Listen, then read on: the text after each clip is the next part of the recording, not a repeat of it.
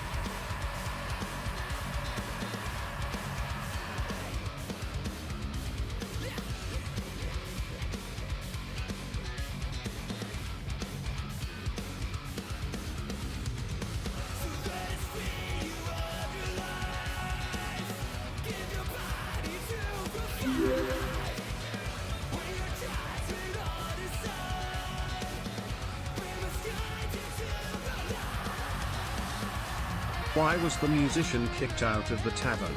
He was barred.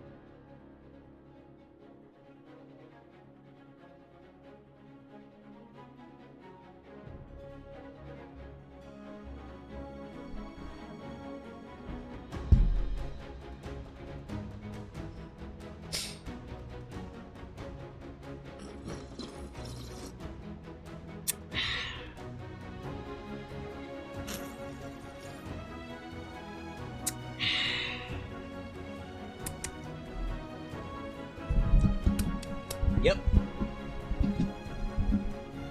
It's time. Long have we waited. Talking about 3.5, outdated. Talking about new D&D, 5th Ed, whatever, remix. Overrated. Staying stuck in 5th Ed because we already bought the books. Activated. That's right. That's right. Good morning, everybody. Good morning. What's up? Welcome back to the stream. Welcome back to the VOD. It is indeed a new day. It is Friday. It is the end of the week. You all have worked very hard. You all have worked very hard. I'm proud of you. Today is the last day before the weekend. Before the time when you will sit around and do nothing. And that's the most productive thing you could possibly do. I myself have engagements, commitments this weekend. There'd be little time to sit around and do nothing. So today is my Saturday.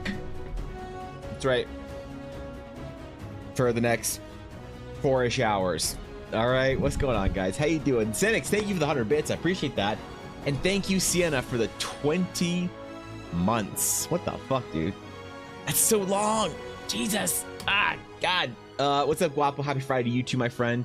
What's up, Busy, Cow, Atari, Penguin? What's going on, guys? Good to see all y'all. Did you hear Ranger bad / farm drama? Why is Ranger bad? What did WotC do, man? Listen, Ranger's been getting a lot of hate recently for being the underwhelming class. You know, ever since Wizards made the giant crucial mistake of letting rogues ranged sneak attack. That's right. Should have never done it. Nope. Should never have done it. Nope. Because when does anyone play a full Ranger build? Nope. Doesn't happen anymore. You don't get your animal companion. You don't get the identity of being a Beastmaster. You don't get the identity of being the one with the bow, right? Because you have fighters playing a ranged fighter. You have rogues playing ranged rogues. What does the Ranger do anymore? I think the Ranger is the most underloved D&D class. I think the Ranger is the most underloved D&D class. I do. I think the Bard is the most overloved D&D class. Maybe the Paladin. Maybe the Warlock. Maybe anything's a Patron. Yeah, I don't know, actually. 2024 Ranger has the Tasha stuff, but nerfed. And then lost all the chunky abilities, like Deft Explorer. But they can just use spells and expertise to compensate. Source Lily WotC? Why? Who at WotC played a Ranger that got in trouble with corporate? Like, was this like a Cynthia Williams thing? She's like, yo, I'm play a Ranger, and Hasbro's like, well, you know, we think of that. Damn, bro. That's tragic. I don't know what to say. I think maybe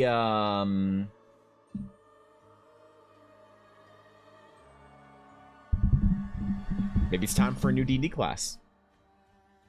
Maybe we need to make an actual ranged class in D&D.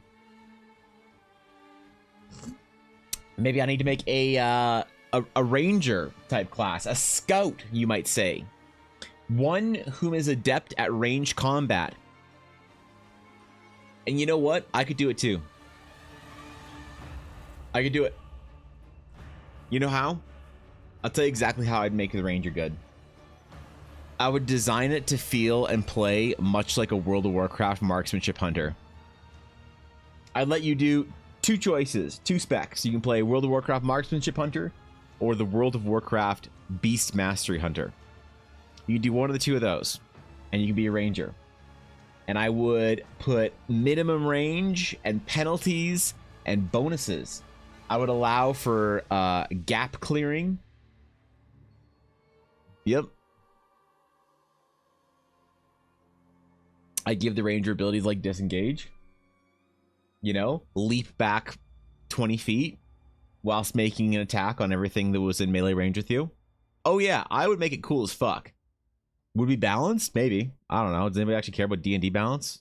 I don't know. I feel like people stopped caring about D&D balance a little while ago. The theme is yet to be decided, Cal. Yeah, I've yet to announce the theme. Are you back from your trip, bro? It seemed like you had quite the excursion, quite the adventure. Are you still down in the south, as they like to say in Europe, in the EU? Wizards literally said get good skill issue, has more spell casting slots, and can cast Goodberry and have training and survival instead of favored terrain thing.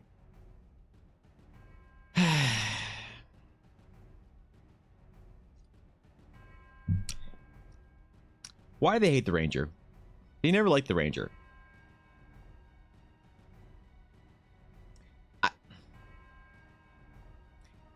I wonder what happened. Was it too powerful or too popular at some point in time? We don't roast the WoW hunters if it's in D&D, I see. Yes. Yep, because you can't tap target in D&D, which takes the entirety of the problem of the World of Warcraft hunter out. So, there you go, Guapo. It's pretty easy that way. The problem with the Ranger archetype is that it's too heavy in roleplay. The Ranger... Okay, the problem with the Ranger archetype is that it's too heavy in roleplay. How so? because I'm not sure I agree. I think that is a problem with maybe many D&D classes, but what specifically about the ranger makes you say that, Atari? What's up, Roger? What's going on, dude? You can make anything a ranger with enough roleplay skill? Yeah. You don't need any rules? I see. So it's entirely an identity issue, as you can play the archetypical ranger without playing the class. You just have to be a woodland, bow using, tree hugging, good berry eating, I was gonna say something chugging. Yeah, I see that. I see that. I feel like in some ways that the ranger, if you allowed it to sort of be the ranger of maybe fantastical inspiration, it might be too powerful. You just blowing shit up with your ranged spells or ranged attacks and ranged air, like special spell arrows and stuff. These class fantasy. Yeah. What's up, Reyna? What's going on? How you doing, bro? What's up? Honestly, my take is the ranger didn't adapt well when skill monkeys and specialists were king, but the close combat became higher balance priority because rogues sucking in combat or wizards having one spell slot sucked, but the ranger's identity's entirety utility out of combat focused. Yes, they could have taken the ranger and they could make the ranger something that feels like a background or a subclass of some variety, you know. But Atari brings up a good point. Yeah, you can ranger everything. Like, you can't be a druid unless you're a druid. You can't be. That's the problem with inherently martial classes, right? The idea of a rogue, a ranger, or a fighter. I didn't say warrior, but I realize we're not talking about World of Warcraft. Rogue, ranger, fighter, martial classes, inherent problem. Barbarian gets its own little niche, as barbarians are too stupid to know they're in danger. That's why they don't take damage. But I see it as a problem. You know, definitely, I was disappointed when I was looking at Rangers for Baldur's Gate 3. Apparently apparently Sienna wasn't disappointed. I was disappointed when I was playing Baldur's Gate 3 Ranger, because I felt like any time that I wanted to have a ranged character, I just do a Ranger for Rogue. You know what I mean? So yeah, I don't know. I don't know what they're supposed to do with Ranger. Maybe the problem is the Ranger is like a vestigial class that still kind of hangs on from a D&D that was more well balanced as far as a game of in and out of combat gameplay, right? But I think the problem is that it's so difficult to do out of combat gameplay really well, so people stopped doing it really well. And because people weren't able to do out of combat gameplay really well anymore, they decided that it wasn't fun, and they said, Wizards, this isn't fun. And Wizards said, all right, we're removing out of combat gameplay. And so what happens when you remove out of combat gameplay is you have the class that excelled at out of combat gameplay. So for instance, here's a example, I think, of a class that would fit really well into D&D 5th edition. In Star Wars Saga Edition, there was a class called the Noble. And the Noble basically had access to a bitch ton of skills and a lot of money. That was their class. They're like, they got all these skills to be diplomatic and whatever, and deceptive and all, whatever kind of RP thing you wanted. And on top of that, you got a lot of money. And it was fun having a Noble in the party. It was fun being the party Noble, you know? And the cool thing about it was you could be useful to your game and participate in gameplay, and in combat you are passable. You just like auto attack shit with your pistol. And that would fit well into D&D 5th edition, I think, because so much of out of combat gameplay is in the RP vector. So if you have a character that is naturally gifted in all sorts of stealth and deception and diplomacy and persuasion and whatever, you could make a case for there being an RP class.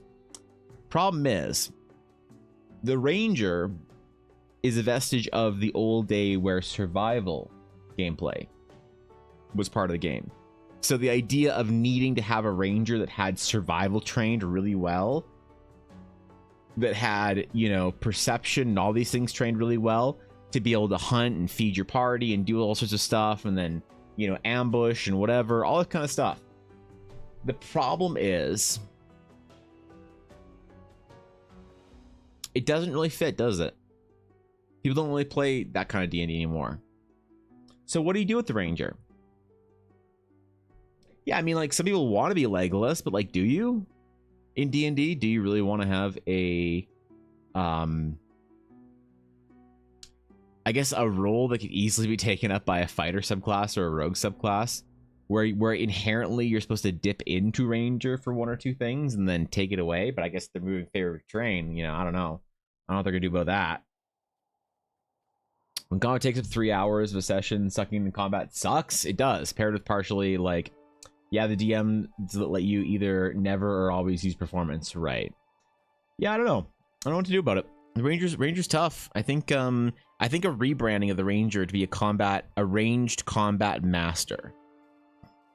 The problem is that here's how you balance it, okay? Let me tell you how you balance the Ranger.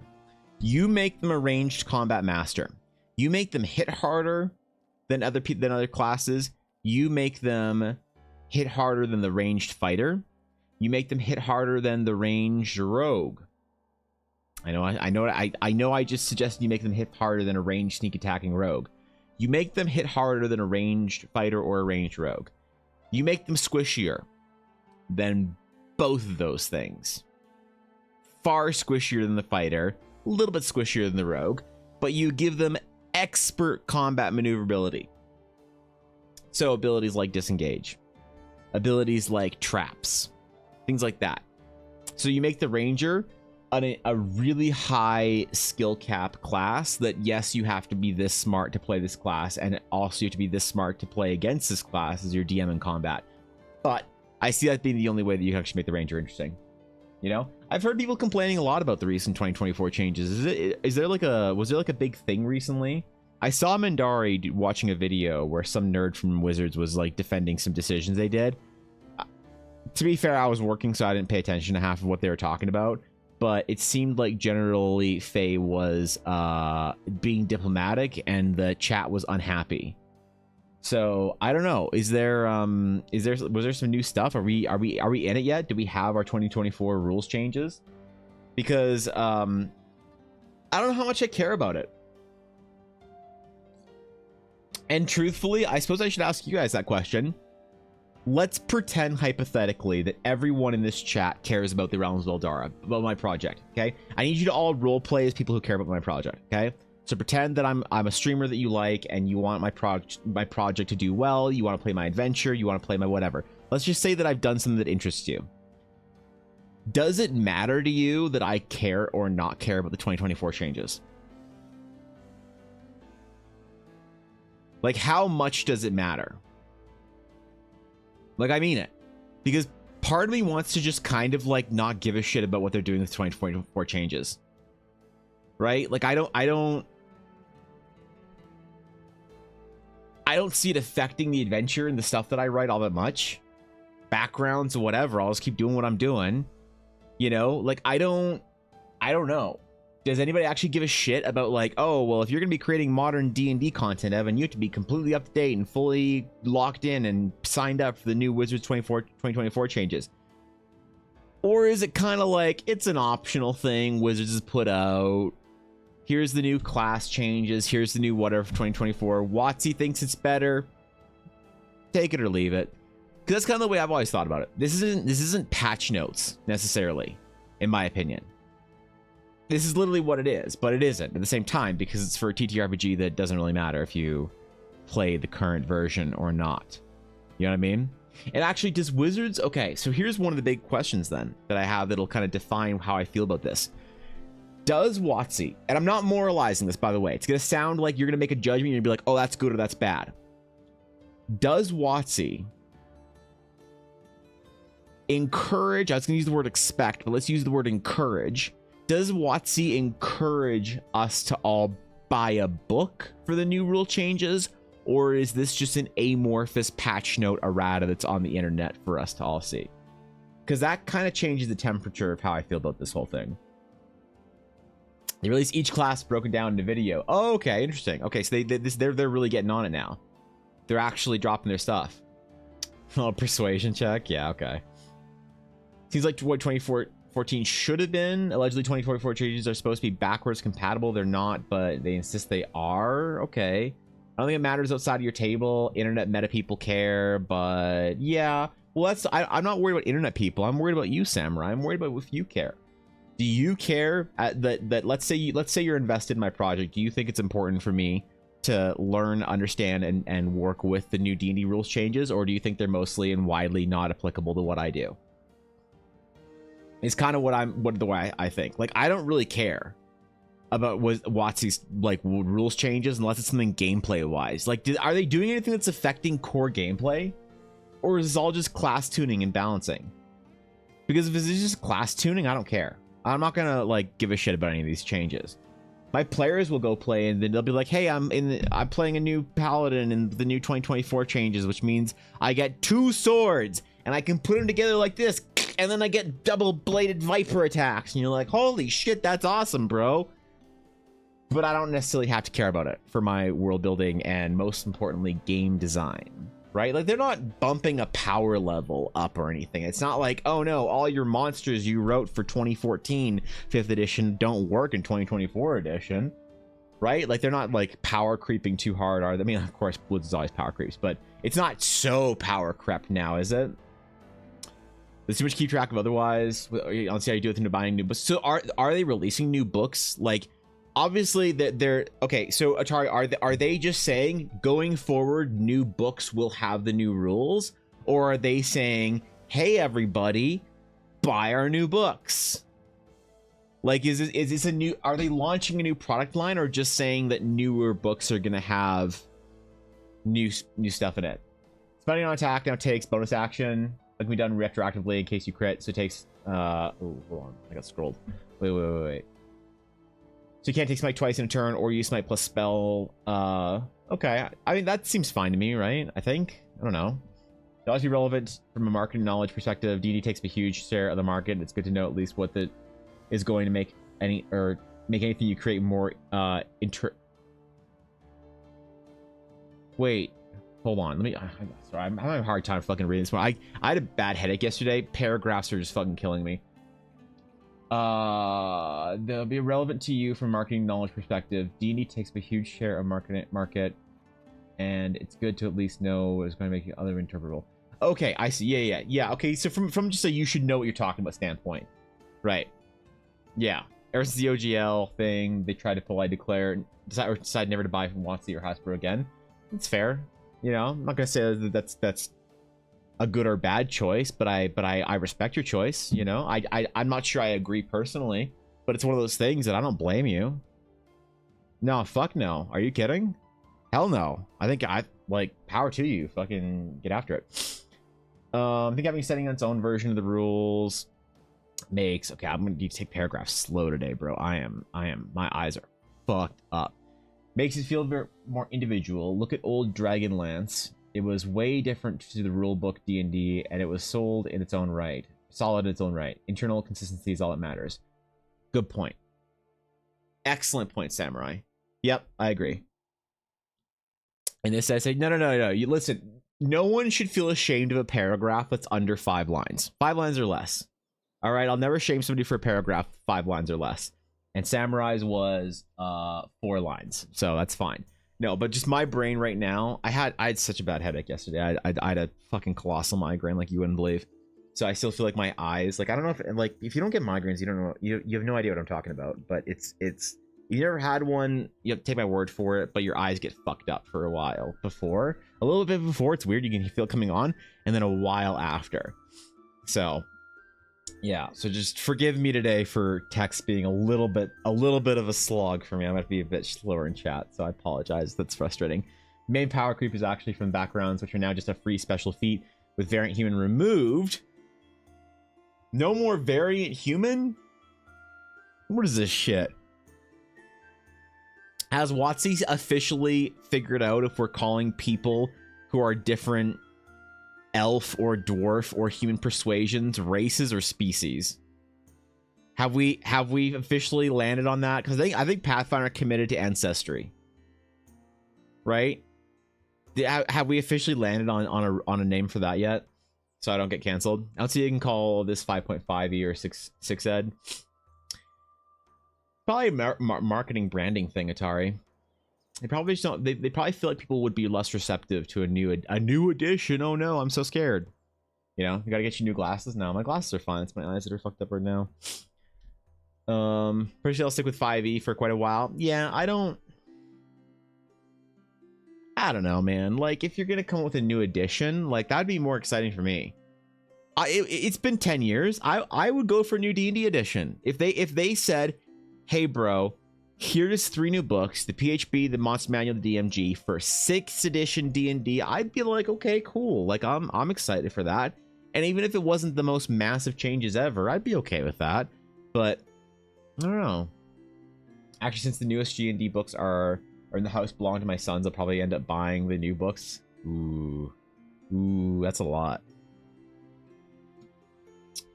It's species, dagger card is ancestry though. Race isn't existing more in D&D. So I am still going to use the term race. I'm going to use the term race, species, and ancestry. I'm going to use them all interchangeably. Because if I say species, old school D&D players won't know what I'm talking about. Or more importantly, video game players won't know what I'm talking about.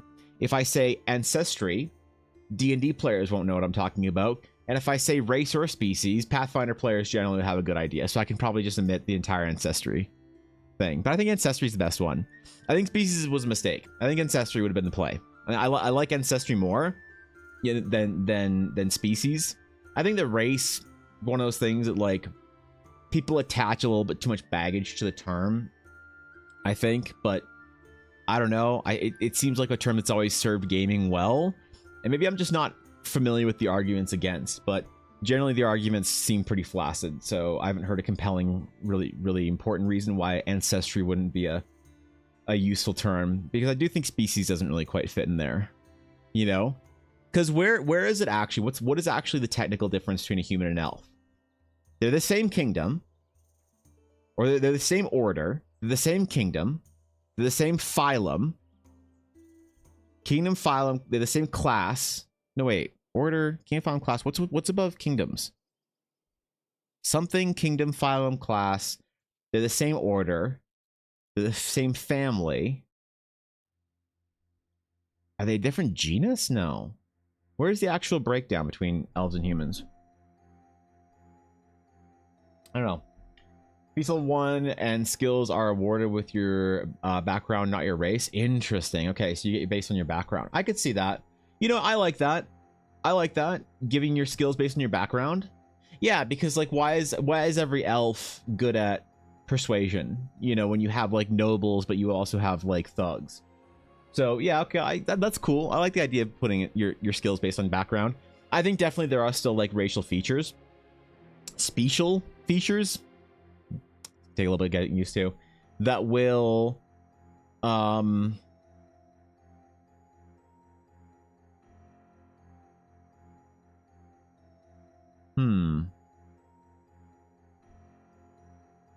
Because, like, is there anything important that's a racial feature right now that really matters? Besides, like, your little cantrips and stuff. I don't know. They're able to make viable offspring. If they aren't able to make viable offspring, what is that? Where does that classify them as? Because basically in Eldara, I'm sorry, the whole viable offspring thing, I just leave it to the mother. It's that easy, because then everybody's a half something somewhere, and so I just leave it to the mother. If you're elf mom, human dad, elf. Geminos mom, elf dad, Geminos. I think it's easy that way. Or just not to care. And let people do whatever they want, because who cares? The ears in dark vision. Aircoker flying. Yeah, okay, that's a good point. Dungeon Mastery files all different races as humans, but just different types of humans and humanoids. So elves, dwarven, halflings, gnomes, and tall men are all humans. Is that what it is? Ancestry doesn't allow you to decouple the species and culture, and that can be an important story to tell. Ancestry doesn't allow you to decouple species and culture. Why wouldn't? What's the difference between ancestry and because like the words don't like if but like I understand where you come from a technical standpoint, but the technical standpoint doesn't matter. It's never mattered, right? It's just your general, you know, biological ancestry, right? Just with the word biological removed, or is it not? What am I missing here? Rob, what's up, dude? Thank you for 51 months. Holy shit, bro. That's a long time. How you doing, Rob? What's up, bro? 51 months. Damn. Sheesh. That's a long time, man. That's substantial, bro. Thank you for the tier 2. I appreciate it, Rob. How you doing, bro? What's up? What's good? What's up, man? I like Shannor's lore. Dwarves, gnomes, and trolls are all offshoots of humans warped by their environment. Elves are entirely unrelated. Don't worry about it.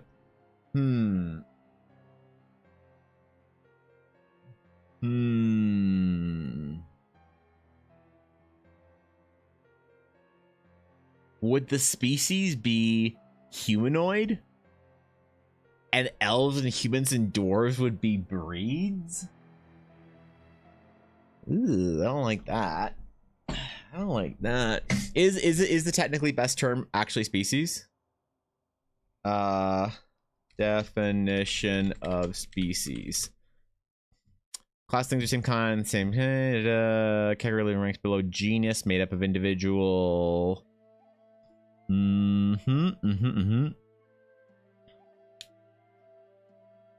So,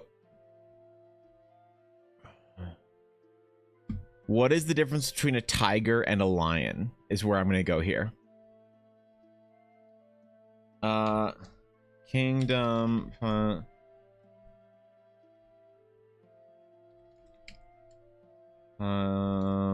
Class of lion versus tiger. Let's see.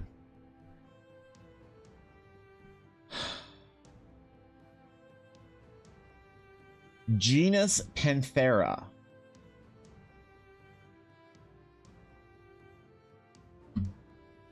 Is this the chart? Okay. So you have the family Pantherine, the genus of Panthera, and these are all different species. Subfamily Feline, genus Echinox, and Cheeto. So assuming they can all boink, they're different species. If they cannot boink, then they are of different genuses, right? Is that what it is? If boinkability is viability, they're species. If they are non-boinkable, then it is genus. Is that my understanding of biology here? Exactly. Got it. Okay. So in my setting, the proper term would be genus then. Boinkability, yeah. Is that true? Is there any canonical non-boinkability in D&D? Is that a thing? Like for D&D specifically? Because I'm not making I'm using D&D to build Eldar. I'm not building Eldar for D&D. Remember that. So, long as nothing is derogatory, I actually won't give a rat's. That's what we call it. I'll stick with race. And within each race, that's a different ancestry into culture. Yeah, I'll like the thing is that this is here. This is I'll show you. This is the actual. So this is like the diagram right here. So this is gamers. Gamers/nerds. Okay. Within this entire thing, we have things like WoW, Final Fantasy, we have Dark Souls, Elden Ring, and then we have TTRPGs. And TTRPG things looks like this. Now, if we're going to use, so if you pose the question like, what are different ability users called? You say class. You say class. You say class. You say class. You say jorb? But that's okay because no one calls it a jorb, they all call it a class. Then you pose the question, what do we call elves and humans? You say race. You say race. You say race.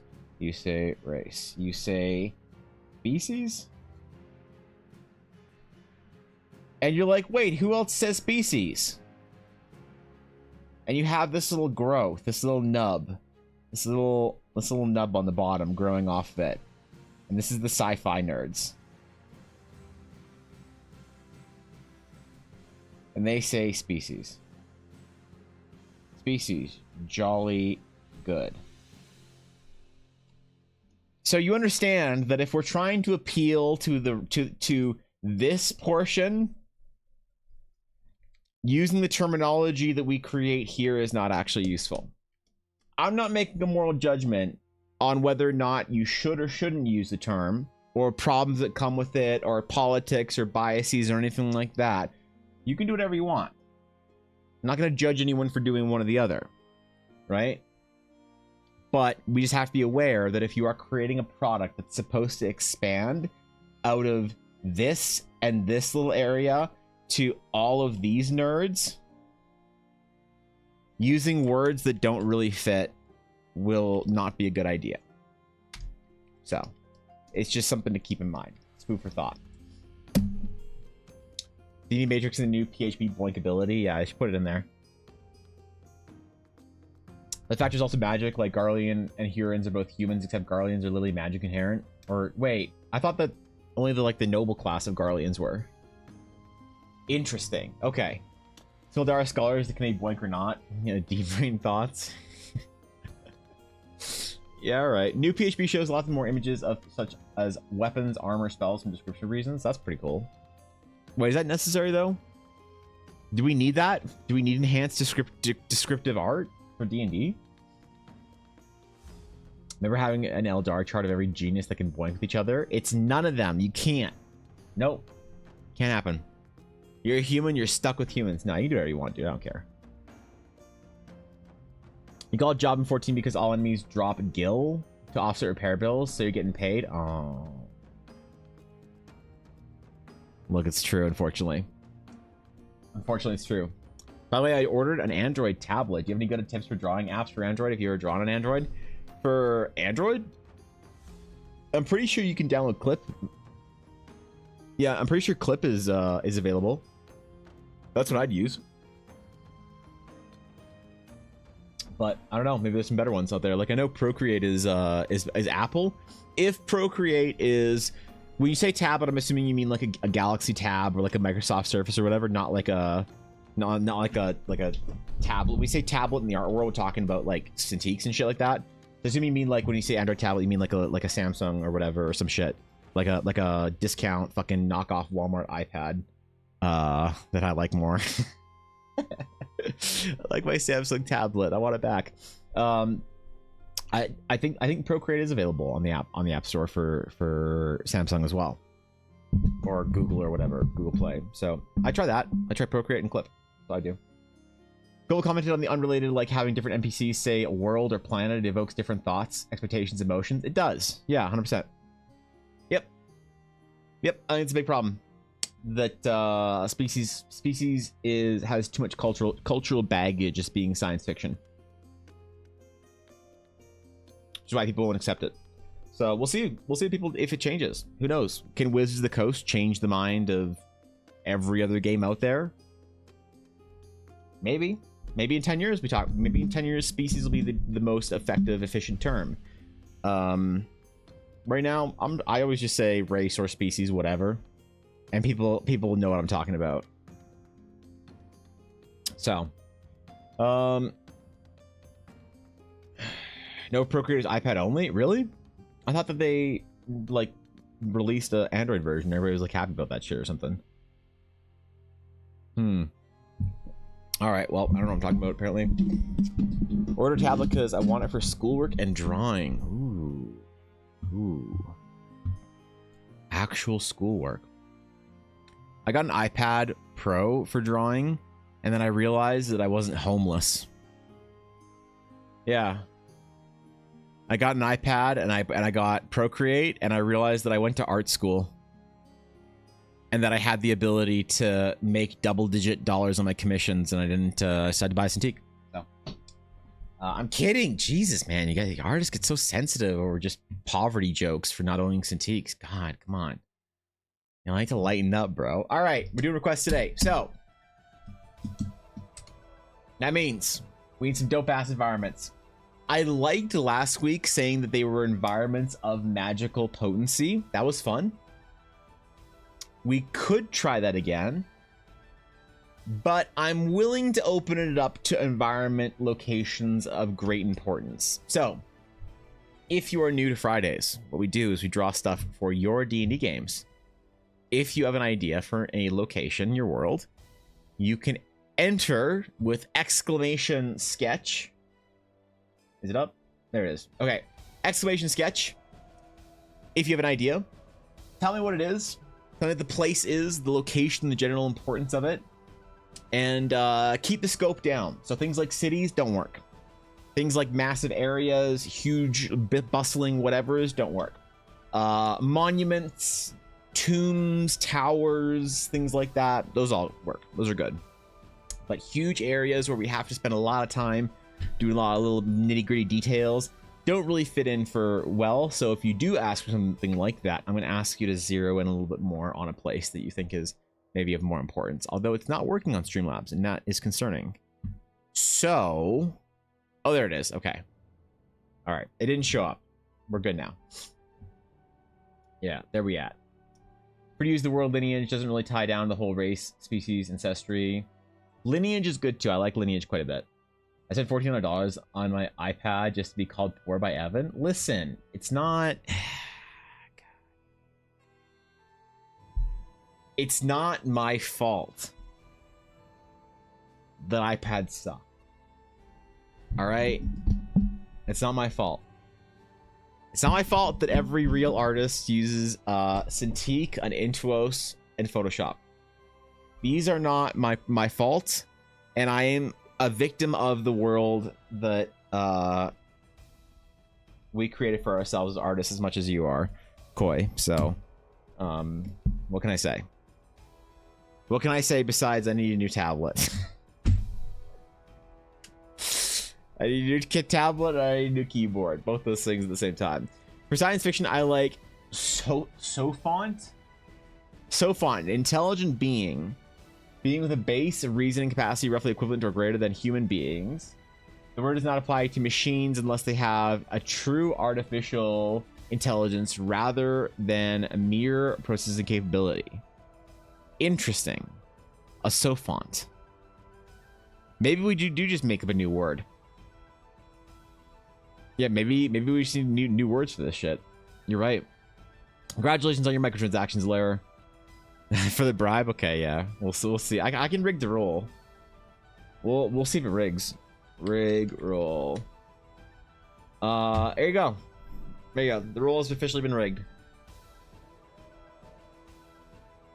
You too many good ideas. You have to succeed without me carrying this week. Yeah. Got it. Got it. Thanks. Maybe Olner will be up soon to help you though. Yeah, thanks. Thanks. That's perfect.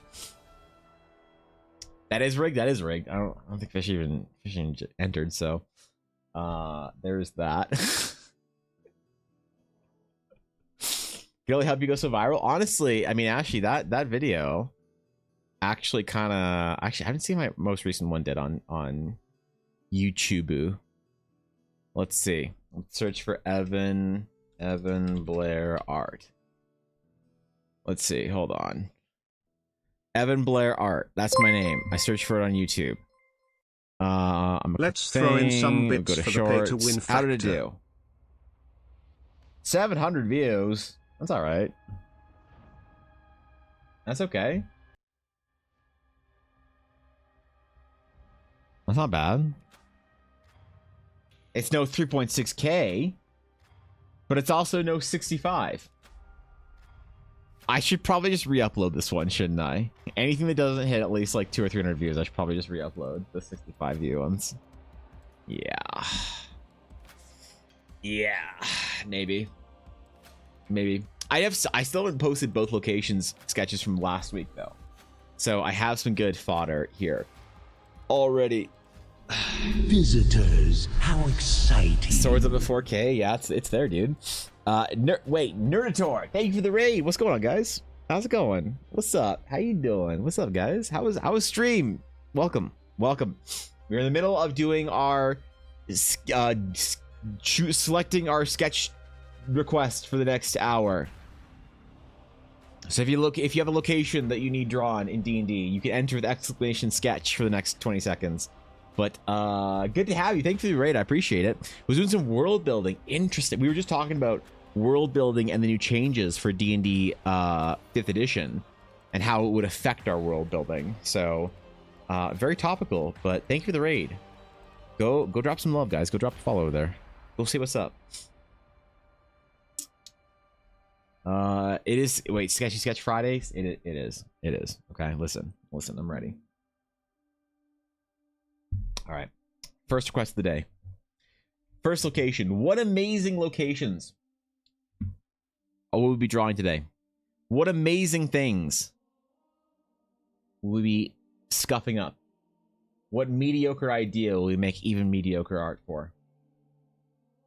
The winner of this first sketch of the day is the never wrong about anything D&D. What? Wait, my pineapple.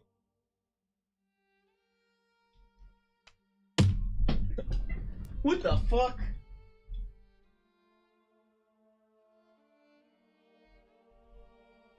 As I was monologuing, I just looked over. Oh no. It's ripening. I didn't think it ripened and need to be plucked. Oh man, I don't want to cut the pineapple. But look at how droopy he is. And also turning yellow? What the fuck? Okay. Alright. Well, it's okay because there's actually two new ones. There's two new sprouts. You see there's one right here. There's a new pineapple sprout growing right there. And there's a new one growing right there. So, aw man. Alright. Okay, one sec. Alright, sorry, I got distracted. Distracted. Do I forget to water it? No, it's been good. I guess they just need to be trimmed out every once in a while. It's like a bonsai pineapple or some shit. Okay. The winner is Secondhand Samurai. There you go. Alright, Samurai. What you got? What you got, bro? Almost 50 followers would certainly appreciate it. Hell yeah, dude. That's affiliation territory. Congratulations. Doing pretty well then. Damn. Exciting. Secondhand, it's your sketch request today. Inform me as to which one of your summer camp articles I am doing art for. I'm actually all caught up on summer camp, hey?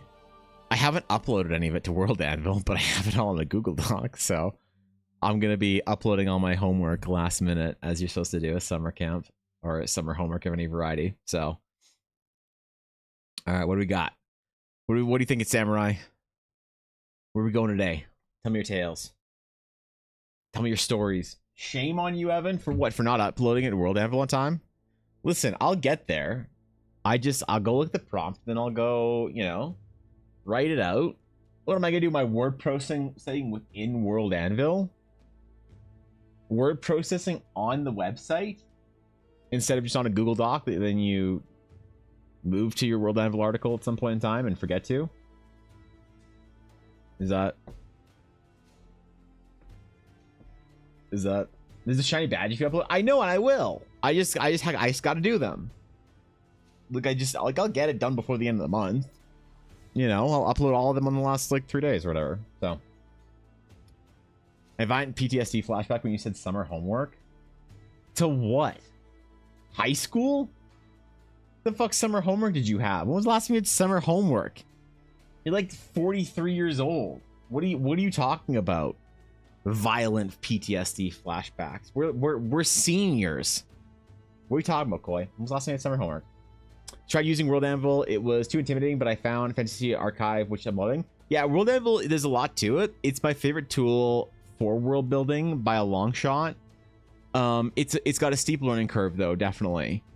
That's a lot of people's like first impression of it. It's like, oh my god, there's so much to do, so many things I can do, so much shit and buttons and whatever in CSS. But once you spend a little bit of time figuring that out, I think it's probably the best tool out there. But a water rise upside down waterfall, an upside down waterfall druid's grave. Interesting.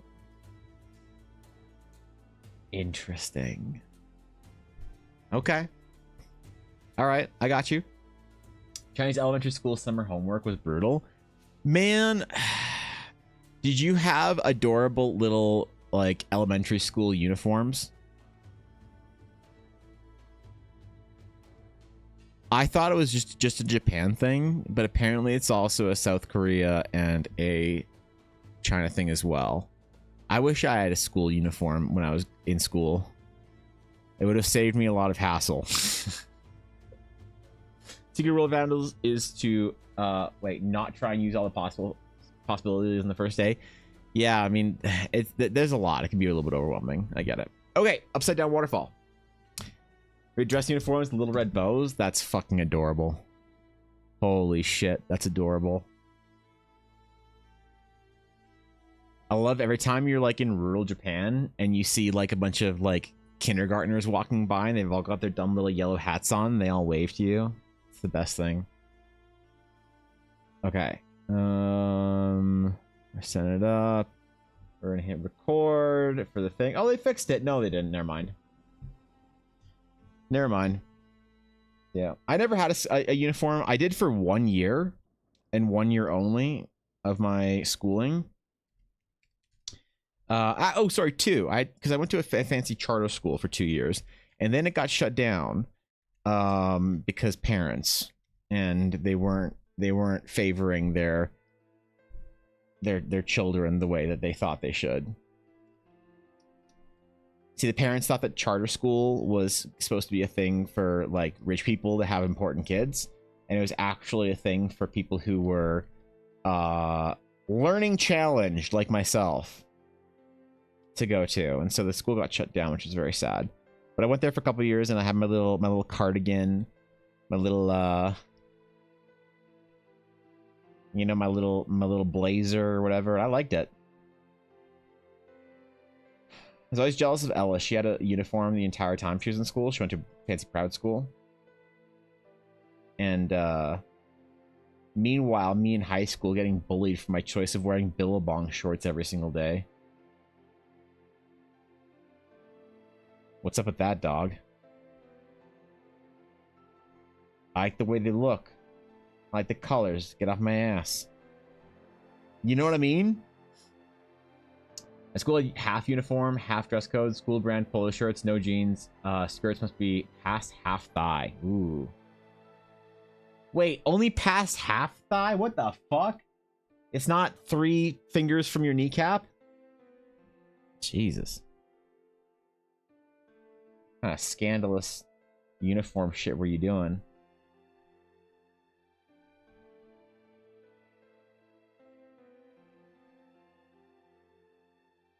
Well, I would have been happier with a uniform. No one can flaunt their wealth by wearing their supreme clothing. You ever see those videos on the internet of like high schoolers talking about how expensive their outfits are? I'm so glad that wasn't a thing when I was in high school. Not to that extent anyway. It was like have a fancy pair of shoes or whatever, but like you didn't have kids wearing like $800 shirts and shit like that when I was in school.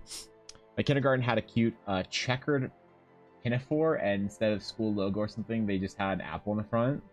Oh, that's cute. Oh, I forgot you were nobility. That's right. You would have gone to private schools with all the diplomats and celebrities and whatever. Yeah. Okay, I remember. Lazy modded it hard. Must be longer than your fingertips. I see. Okay. Well, hey, listen. It worked out in the end, right? Uniforms are durable as long as they aren't ugly. True. I love that that's like a decision for a lot of kids and where they go to school in countries that have uniforms. Like, well, I was gonna go to this school, but their uniform's ugly, so... Damn, bro. Damn, you really made your choice because of ugly uniforms? Okay, I see you. Can I wear a uniform for work? Wish my school had uniforms growing up. So much easier. Yeah, it's it takes some of the thought out of it. It takes some of the stress out of it, I think. Like, but I want to express myself, man. No, you don't. No, you don't. You don't want to express shit. You don't want to wear your stained World of Warcraft Burning Crusade t-shirt again. Come on. Let's be honest.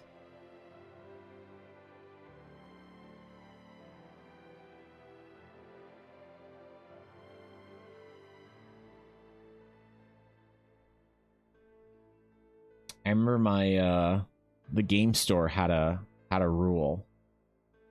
One rule, and only one rule for dress code, and it was no hats. I broke that rule all the time.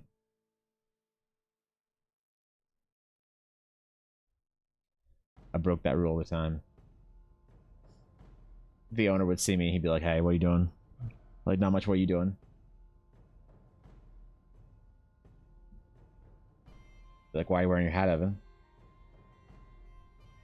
"Because my hair looks like shit today, sir. Would you rather I look like shit?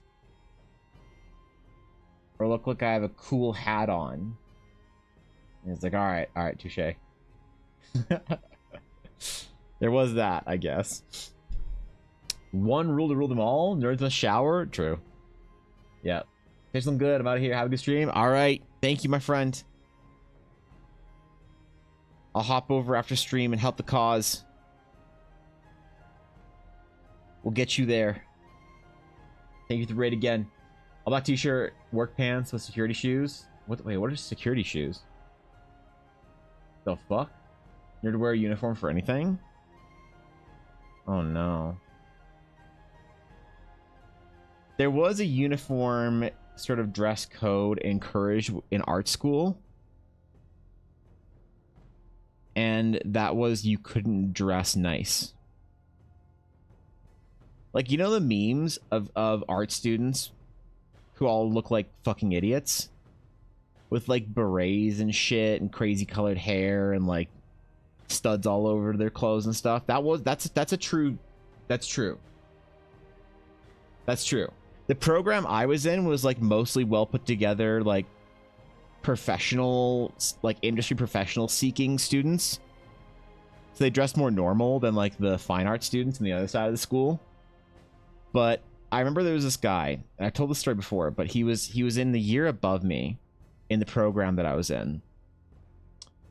And he always came to school wearing a three-piece suit.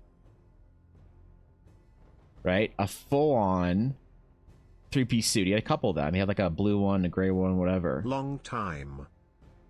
Victus, what's going on, bro? 40 months almost. Holy shit. Jesus, good to see you, Victus. How you doing, bro? What's good, man? How you been? Thanks for the sub. That's a long fucking time. What's up, Victus? Damn. Shit.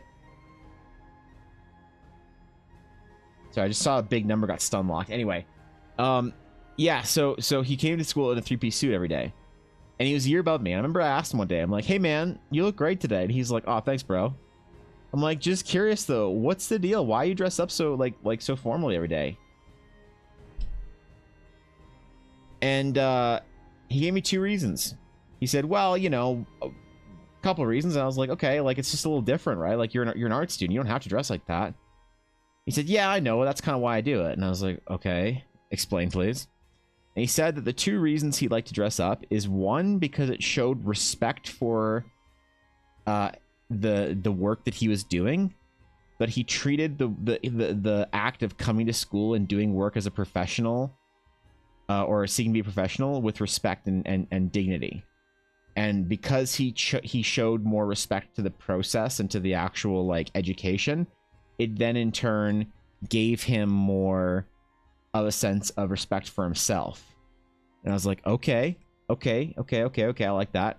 And he said, two, he's also a rebel. And I was like, you're a rebel? He's like, yeah, there's nothing more rebellious and punk rock you can do in an art school than dress nice. I was like, damn. Actually true, though. So there was, I guess, kind of a dress code at art school. You couldn't look like you were trying too hard to fit in with, like, decent society. You had to look like you fit in at a Just Stop Oil protest. Minus the orange paint. Yeah. He really said, fake it till you make it. Do you remember him? He was a year above us. He was very tall. He was extraordinarily handsome. And he was in design, not illustration. And I'd see him walking through the halls on break and stuff. I remember that guy. I remember his name.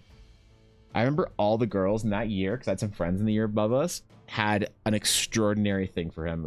It was hilarious. He was super popular. Security shoes are shoes with steel protection on top to avoid injury when falling tools. Oh, I see. Okay. Like one step up from steel-toed. I think I barely remember, but I do remember design students in general dressed well.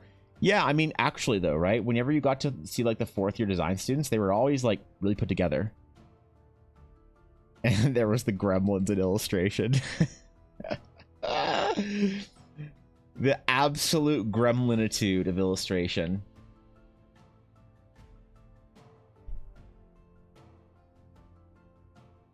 There was an unfortunate stereotype amongst the fine art students, though, that I don't like to perpetuate stereotypes amongst, like, artists or whatever. Because that's too close to home. But I have to, unfortunately, perpetuate one stereotype, and that's that the fine artists all smelled like shit.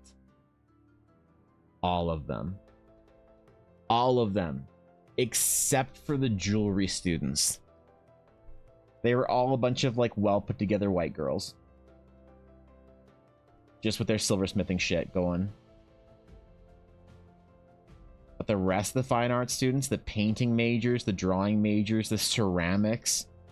Oh my god. The sculpture. Holy. We needed a Byzantine bath in that fucking side of the school. Huge house like overdressed because it's how I assert dominance. Yeah, true. True. Yep. I agree. Radish, when something is kinda rad but not too rad. Nope. Not too rad. Thank you, Cal. Appreciate it, bud. That's very kind of you. What the fuck? Yeah, it's true though, man. I wish that it wasn't, but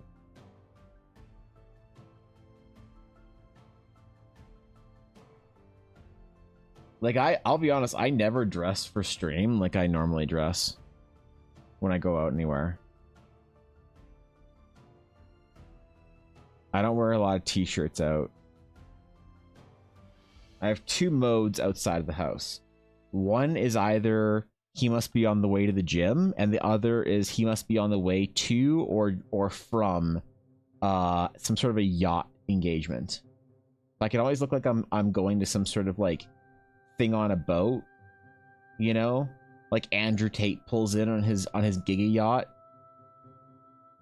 and invites me, right? And my Bugatti.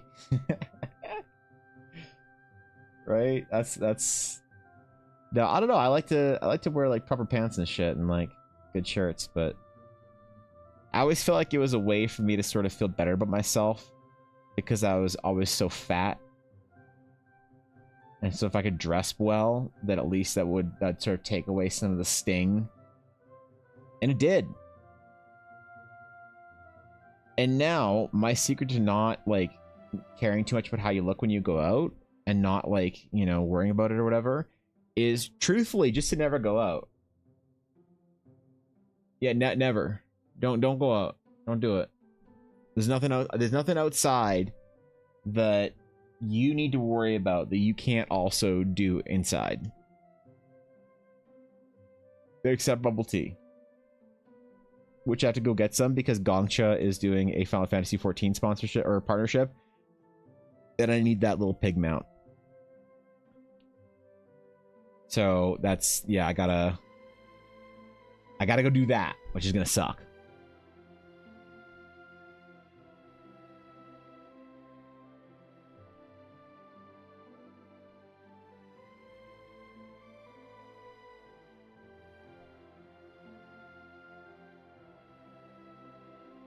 But besides that, never leave your house. Never go outside. Don't be part of society. Don't contribute to your community. Sit at home, play League of Legends Swarm mode all day.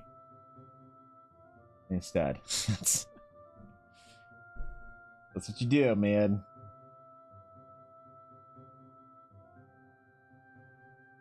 I got Ella to play some of that with me yesterday. That was fun.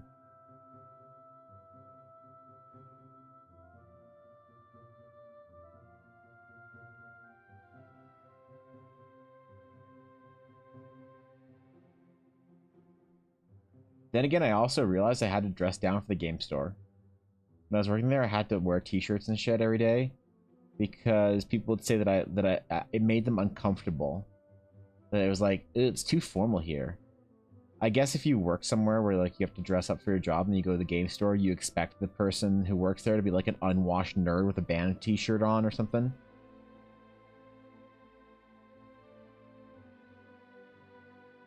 I'm not sure if that's applies to Twitch or not, but it certainly applied to the game store. So outside the graphics is amazing, the gameplay sucks. The story's even worse. Yeah, it sucks, bro.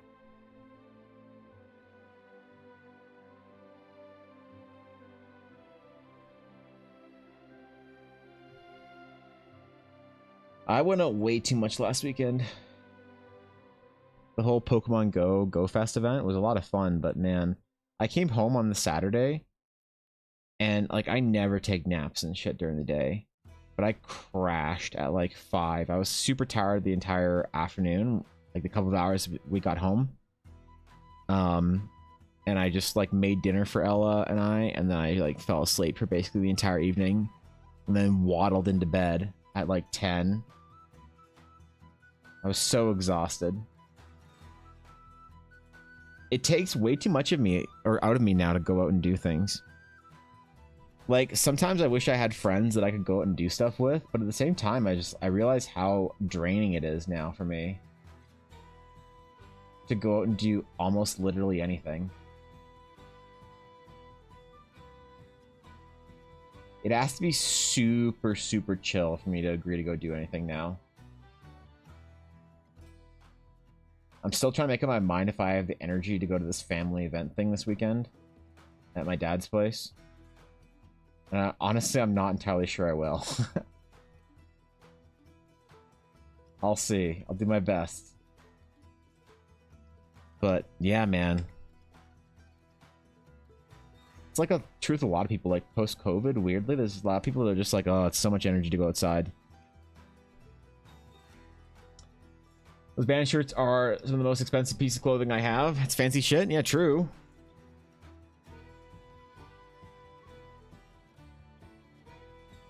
I don't know. I've never bought a band shirt before. Never bought a shirt at a concert. Haven't gone to many concerts. The last concert I went to was on New Year's Eve 2017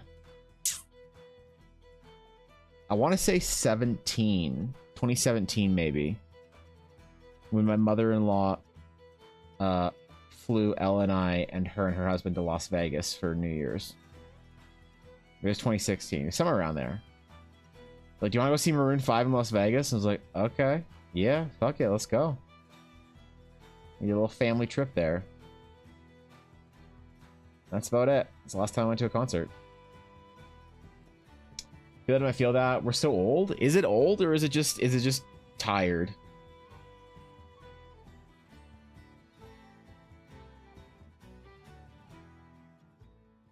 Is it just tired?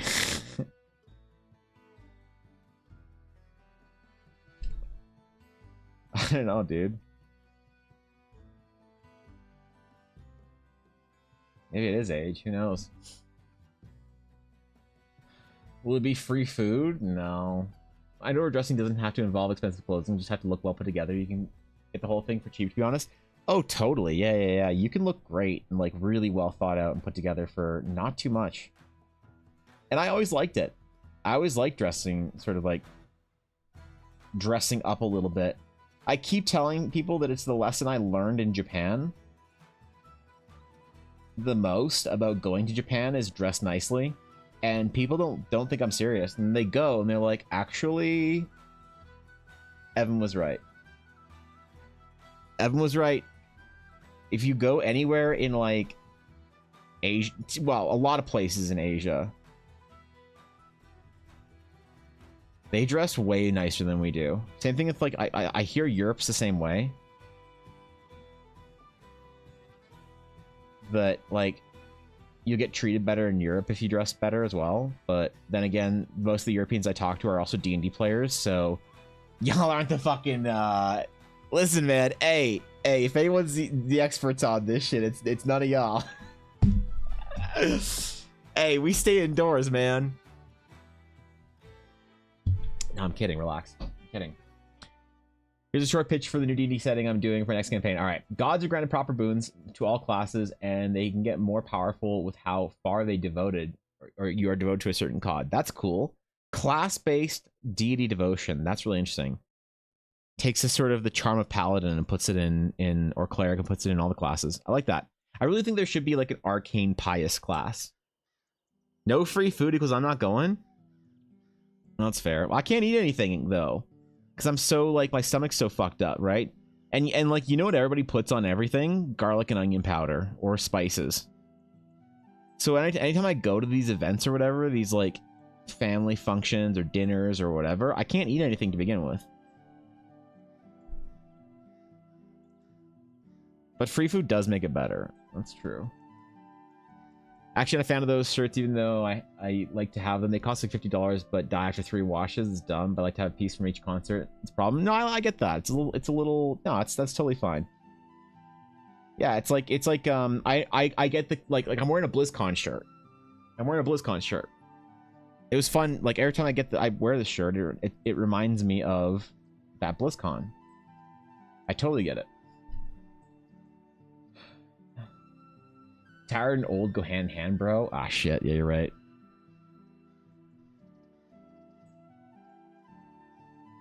Ah, damn it. All right. Well, I'm fucked then. It's like how everyone dresses up at Tokyo Disney. Not quite, because people will dress. I mean, sort of, but people will go to Tokyo Disney or Tokyo Disney Sea, and they'll dress like thematically. It kind of reminds me of in Disney in November, they have something called Dapper Day where everyone dresses like they're from the fucking 1930s or some shit, which is like cute and whatever. And it's a similar type thing. I only know about this because it's often Dapper Day in Disneyland when we're there for BlizzCon in the previous years. And I'm like, why does everyone look so weird? Oh. And some like fucking 28-year-old like twirls his mustache and his flat cap and says, well, it's Dapper Day, my good sir. I'm like, shut up. You work at H&R Block. Stop fucking LARPing like it's a better time. Go home. Brush your fucking teeth.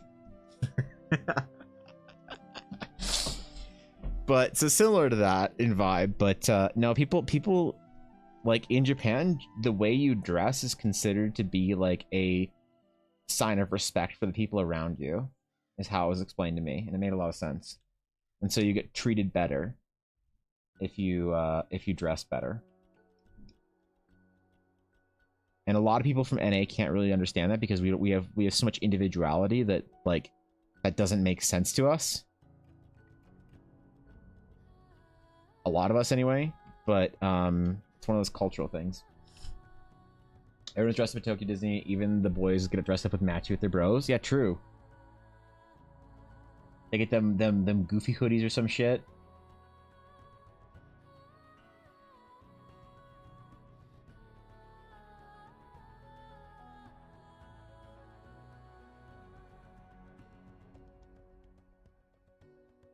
Yeah, Tokyo Disney, not my favorite experience for Disney.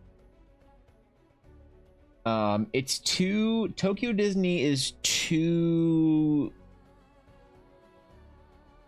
I don't know.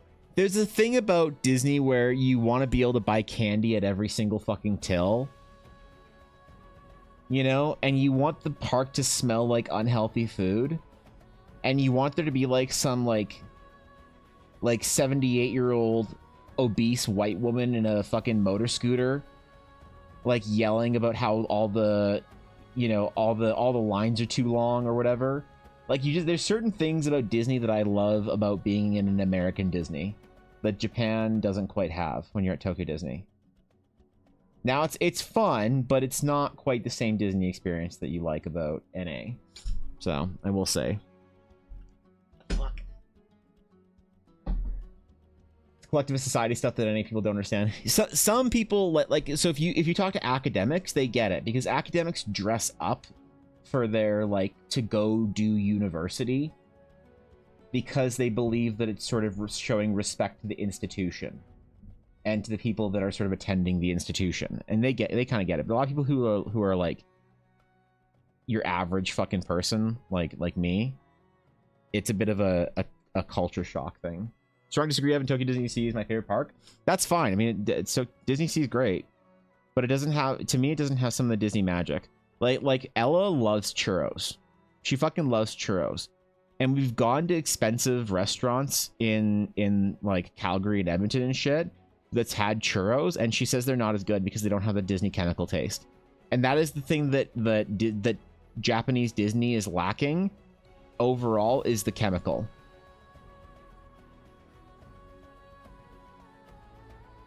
It's lacking the fake chemical taste in like all things. It's fun, I love it, but you know, it's not always a mandatory stop. Like every time I go to Anaheim for any reason or SoCal, we'll stop at Disney. But every time we go to Japan, we've not always gone to Disney and Disney Sea. Examples of the God of War in the settings. The first level of devotion gives you 10-foot extra movement. Oh, that's cool. Wait, so can you do that as any class, or is it just like fighters or whatever? Playing big fan trip to Japan next fall. You've never been outside of the US. I'm so excited to go. I want to avoid Disney, but we're bringing the kids, so I think we're going to Disney. Yeah, I mean, Japan's great. It's fantastic. It's like my favorite place in the world, unironically. You'll have a blast there. Try and learn some language. It'll go a little bit, goes a long way with people. You'll get Nihongo Jozu'd all the time if you do. Do the churro popcorn taste like chemicals? In not Disney Sea or whatever. Tokyo Disney's too quality, I cannot enjoy it. It's just not the same, right?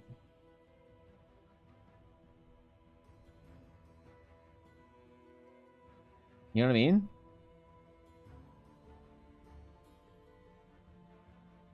It's like sometimes you go to McDonald's for McDonald's. You don't always want fine dining.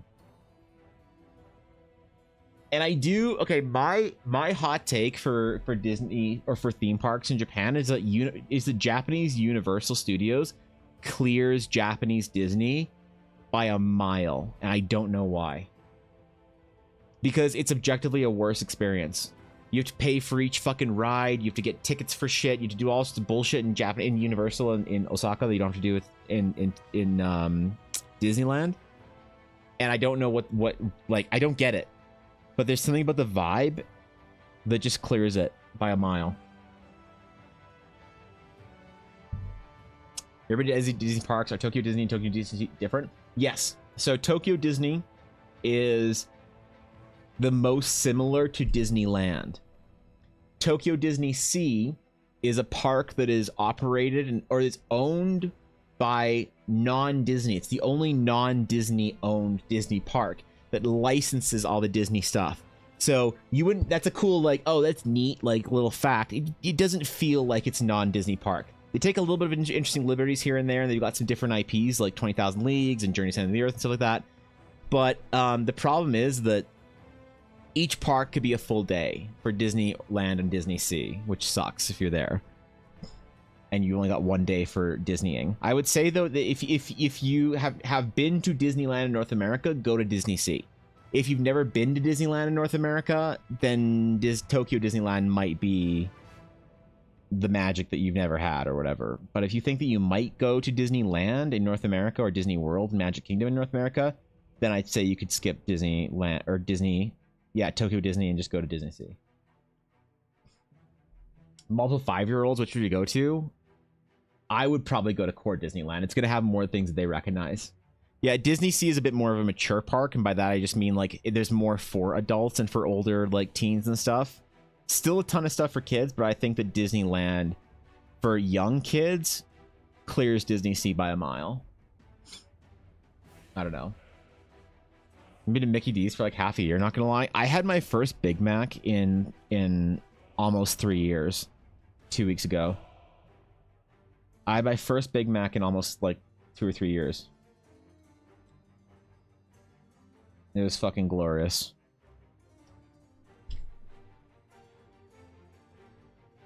I'm down a whole bunch of weight right now. And I was like, you know what? I'm doing it.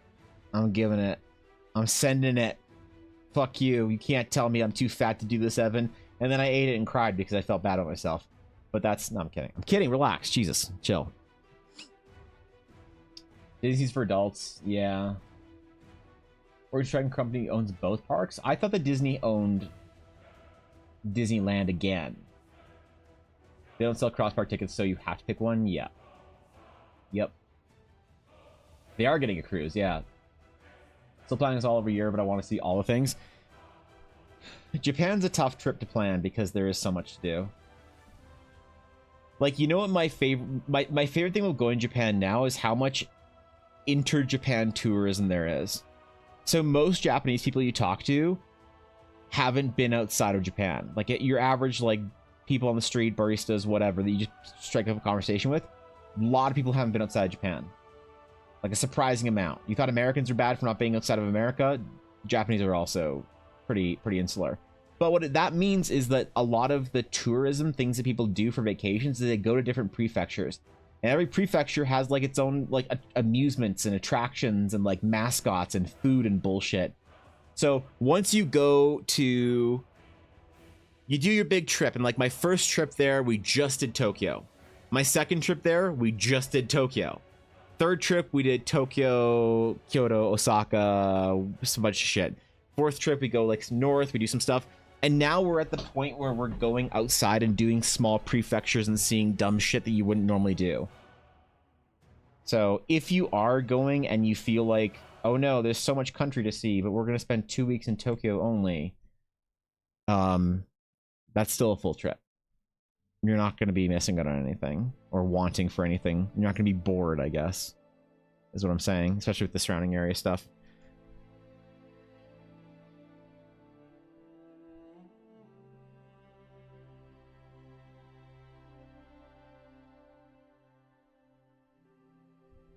I do want to go to South Korea at some point in time soon.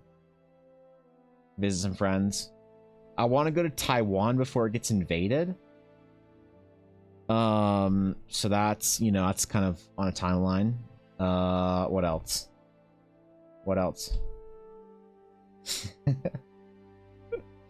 There's lots of places in Asia I want to go.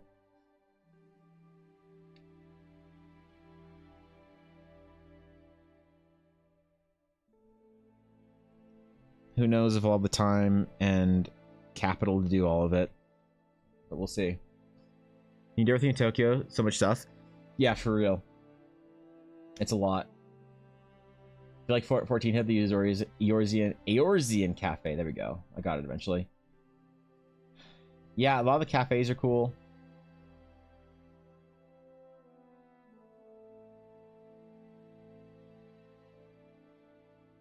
If I had the means to acquire a visa, I would probably live in Yokohama. I've said this before. I'd live in Yokohama. Not because Yokohama is particularly amazing or anything, but it's big enough city without big city prices. Depending on how much I wanted to stay inside. If I wanted to go outside and meet people and have fun, I'd go to Osaka. If I was single, I'd go to Osaka as well.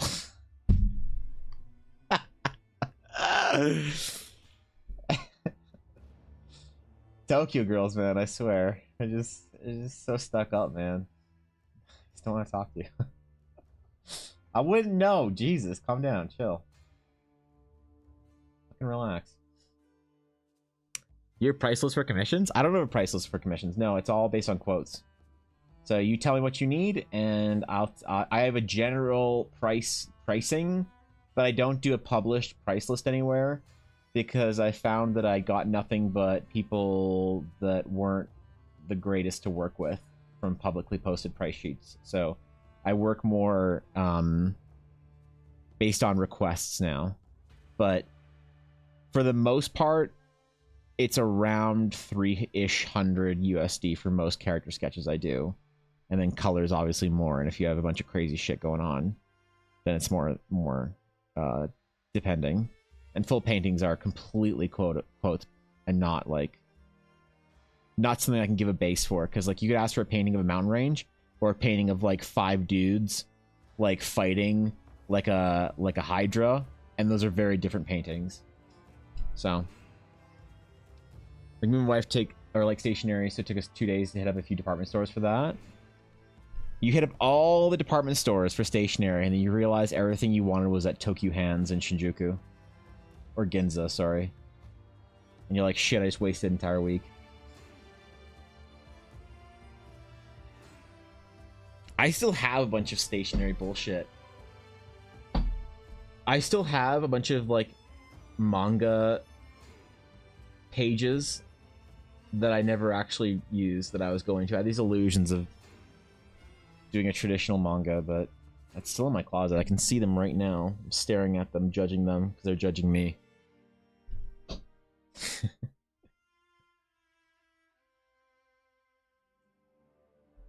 Toya and Ginza. Yeah, that's pretty good. It's too poor to buy a new fountain pen, but we got a lot of cool things. Yeah, I really want to get... Next time I go, I'm gonna buy a fountain pen. And buy a really nice Pilot fountain pen while we're there, and I'm also going to buy, if I can, a Seiko watch. And if I'm really wealthy, the next time I go to Japan, I'll buy a Grand Seiko and have it for the rest of my life. That's what I'll do. Because I am still a watch guy, even though I don't own many nice watches, if any.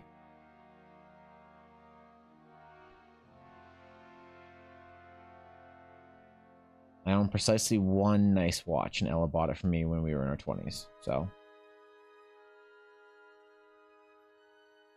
there is that, I suppose. Yeah, Elysium, you'll have a lot of fun. Sounds great. Travel's awesome. Travel improves your life in every possible vector, I think. There are some people that are real homebodies, and maybe travel's not the best for them, but I think for most people, travel makes you better.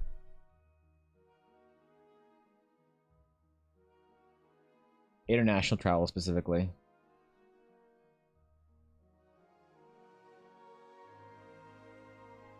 Teaches you about the whole ass world out there. It's especially beneficial to people who live in NA, because like if you're EU and you live in like, I don't know, fucking Manchester or some shit, like you still have a lot of experience with the rest of EU. But NA, yeah, you're fucked. Although it's different, it's like, you know, Cleveland is very different than Austin or whatever. It's not as different as London versus like Bucharest or whatever. So go see cool things, go travel around, go buy Magic the Gathering trading cards, or whatever you whatever you want to do in Akiba or some shit. Where does the reverse waterfall go? Well, my own headcanon is that this is a giant's bidet, so I don't, you know. Sky? Oh, okay, that far.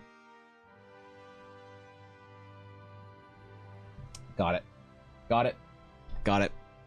Used to be anti-travel, then I started going places, and it was great. Korea, Africa, Mexico, lots of the EU countries, all awesome. Yeah, I agree. There's lots of places I want to go. I'm a pussy, though. I won't go places that I think are too dangerous, and my metric of what's too dangerous or sketchy or whatever is pretty low.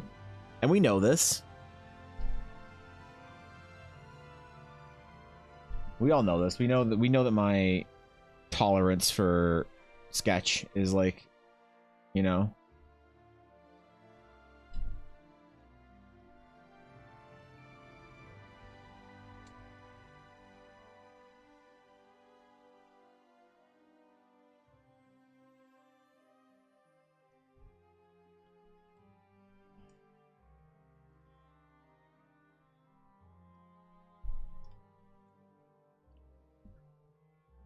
Need more floating rocks, dude. We need more.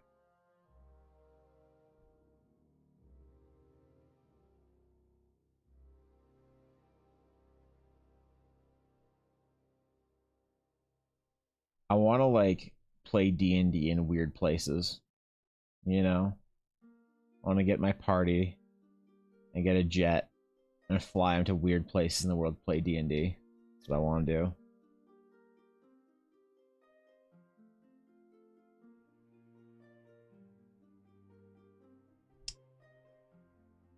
Goes with the clouds. It's cool. Maybe a cloud seeder. That's cool.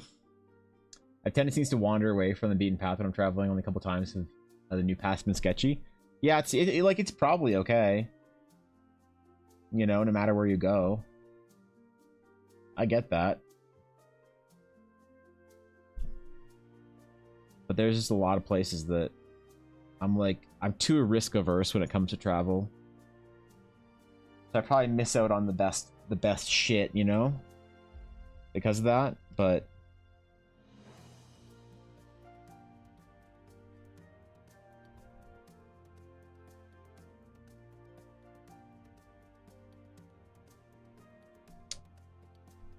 I understand this is a me problem. Play D&D in space? I want to.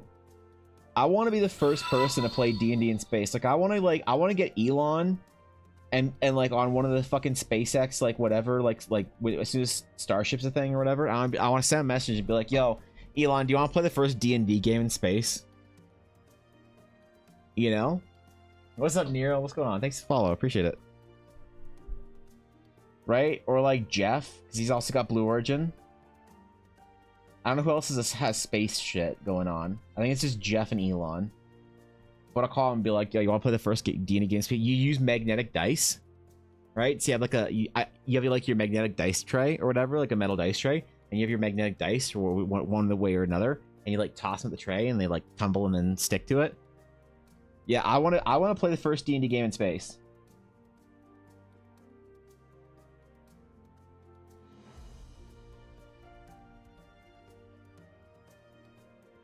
That's what I want to do. Now, I'm guessing it's happened already because I'm guessing NASA astronauts on the ISS have been nerds. But I want to play the first publicly streamed D&D game in space.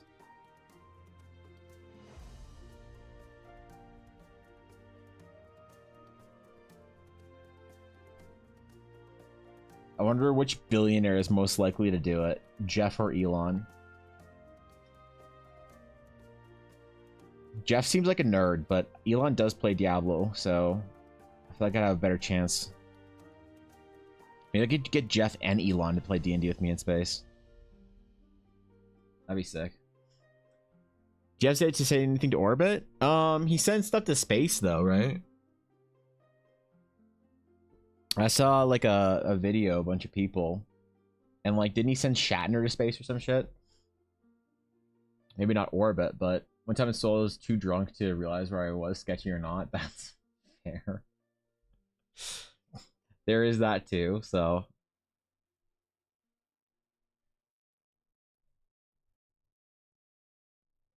Yep.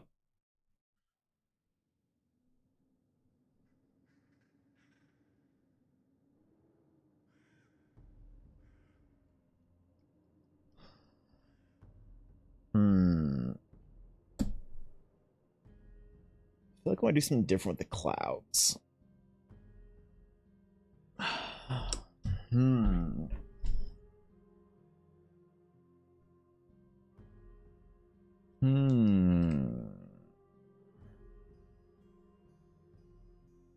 I have an idea. I have an idea.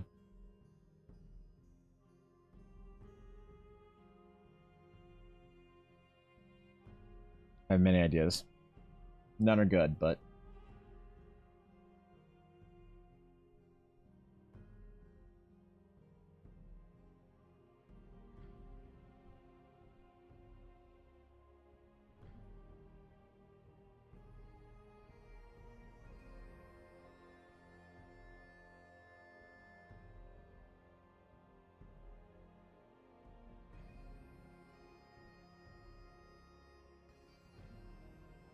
okay.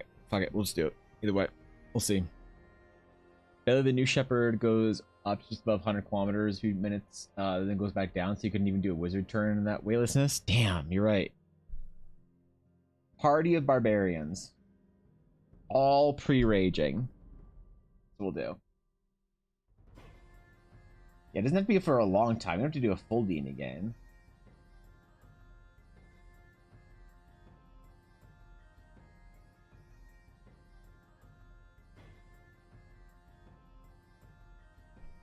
Maybe that's like, dude, what if I sign up for the Elon Musk Mars mission?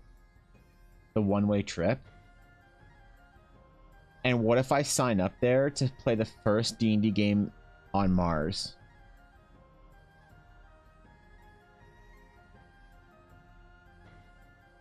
Dude.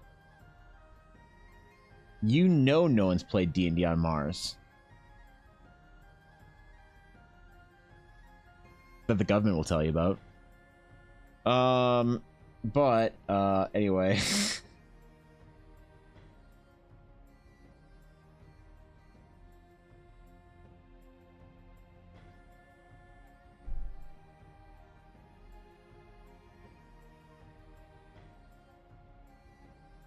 I don't know where else I could play the first D&D game, you know? There's not a lot of places in the world you could play the first D&D game in. Like, you know that, like, you couldn't play the first D&D game in, like, the Oval Office. You know somebody's played D&D in there. First D&D game at the bottom of the ocean, maybe? First D&D game in the Vatican? In the Vatican archives? With the Pope? You can play a cleric, I bet. What if Mars is where humans were originally from? That helps Feds, we figured it out. Yep. Yep. FBI is in our chat. Wait, who was talking about Genshin?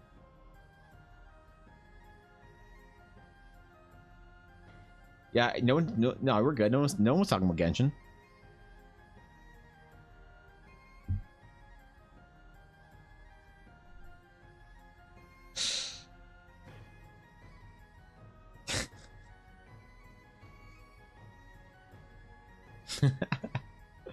Imagine Pope secretly a D&D player.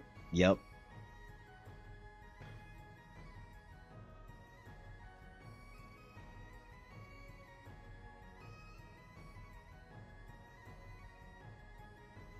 Maybe I could aspire to the first lunar D&D game.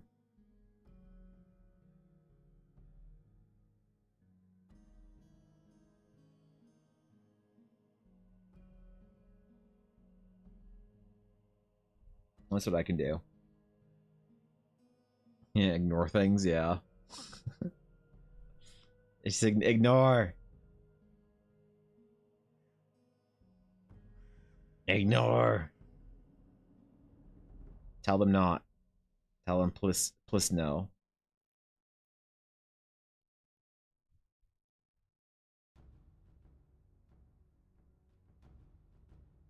Tell him to avoid, I swear.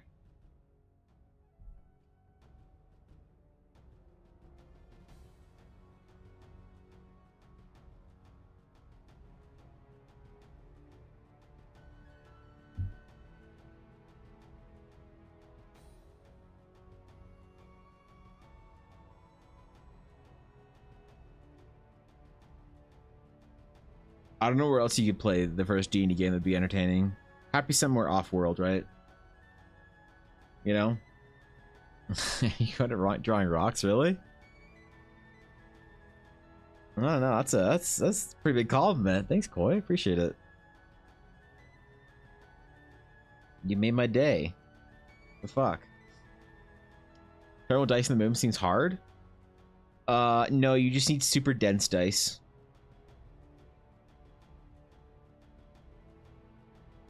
Yep. Yeah, you'd be fine. You'd be fine. We figured it out.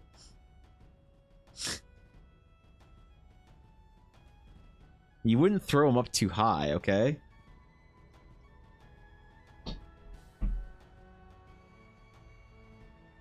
It'd be fine. You'd work it out.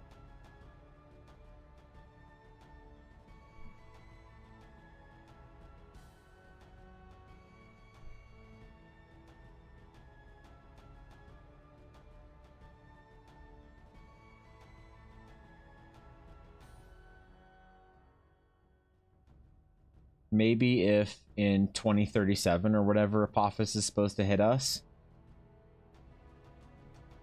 we'll get one of the billionaires to shoot me up on a rocket and play D&D on Apophis as it's careening towards Earth. First D&D game on a near miss asteroid.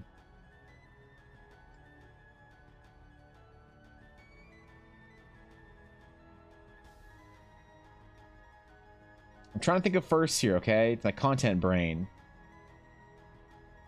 I'm trying to think it would be a dope stream. You know who I get to do it? Mr. Beast. He would do it.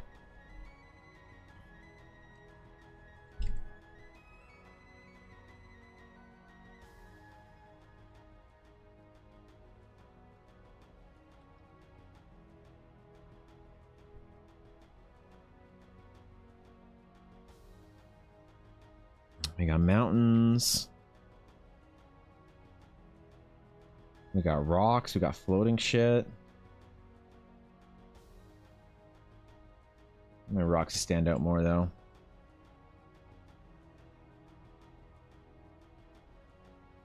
Thicker outlines, bruh.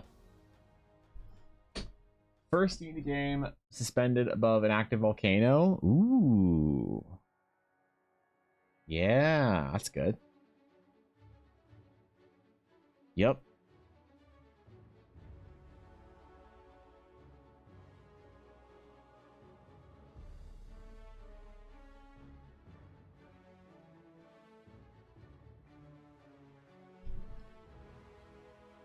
I do like the bottom of the ocean idea, though. 100%. You add FBI? Yeah, please add all of those. They should still be there from BTTV. Oh no, because a lot got removed. I forgot.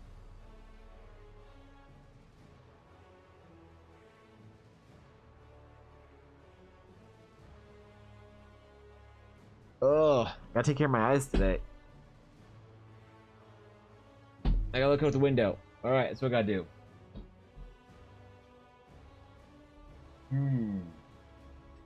I see trees. I see both leaves and pines. I see mountains. I see moose. I don't see moose today, though. Break into FBI headquarters and play D&D? You know they played D&D there before. You know some D&D has been played in FBI headquarters. There's some nerds in there. Busy creating backstory for my first D&D character. Have a good design. Cool spell for my wizard. Spellbooks are important for wizards. You want to target a wizard? Go after their spellbook.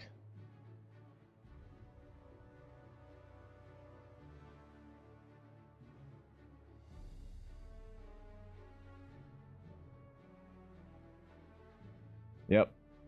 Get it wet or whatever. Tons of nerds in the FBI for sure. Oh yeah.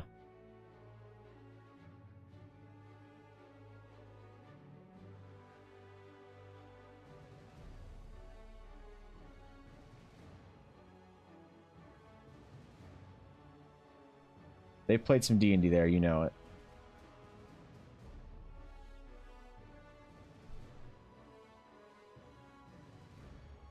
Esports tournaments, all of that good shit right there.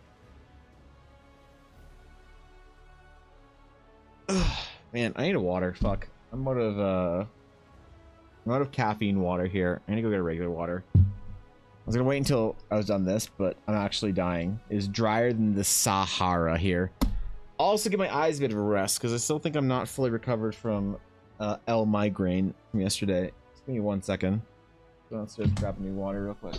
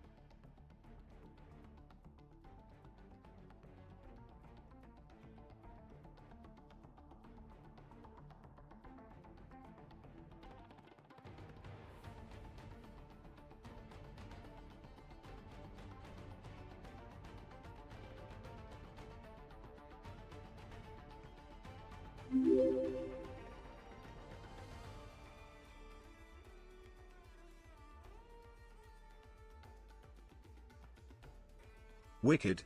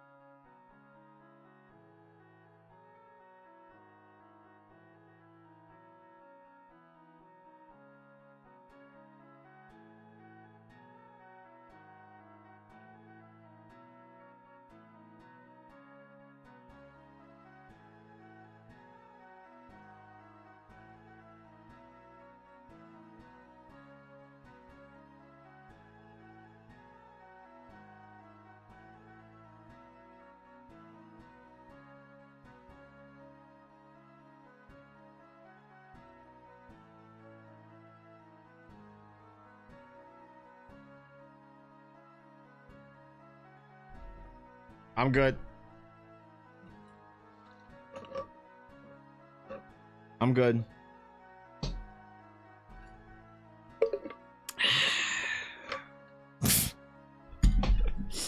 Yep. May have almost died on my stairs. That's fine. That's good. Yep. My stairs have... I've had a bad reputation and track record with my stairs in this place. One of the first years we were in here, I slipped because like my feet were too dry and the carpet was slippery, and I cracked my fucking tailbone. And 4 days later, I got on a plane to Disneyland because it was BlizzCon. I wasn't missing it. It was the first BlizzCon. I did not give a shit. But I remember I got the x-ray at the doctor's. He's like, you'll be fine. You just cracked it. Just be very careful. You know, watch out for it. I was like, oh, okay. He's like, just, you know, avoid sitting for too long and avoid, like, moving around too much. I was like, so definitely shouldn't get on a plane for, like, 6 hours. He's like, oh, yeah, no, don't do that. I'm like, okay, cool. And then if I was to get on the plane for 6 hours, I shouldn't go somewhere like a theme park, right? And he was like, oh, yeah, no, that'd be the worst. Roller coasters and rides? Oh, no, don't do that. I'm like, okay. And if I wasn't at the theme park, it'd be really bad if I was somewhere where I was like watching like a sporting event for days, like a big tournament, where I had to be like seated for, you know, hours at a time. He just stared at me. He's like, what? This is all very specific. I'm like, I got a trip planned this week. He's like, oh no. So I did it. I did the cracked fucking broken whatever tailbone. Went to BlizzCon, went to Disneyland, walked around all day, stuffed as many painkillers as I could in myself, and I didn't give a shit. And you know what? I don't remember the pain. I remember the first time being at BlizzCon.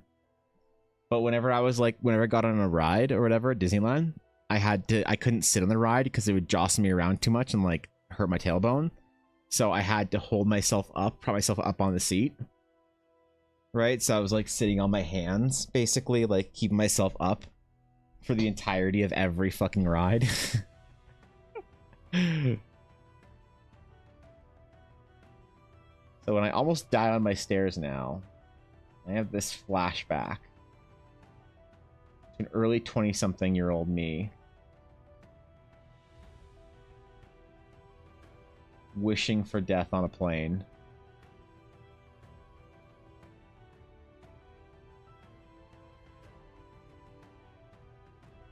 I went to the back like of the plane while the flight attendants were.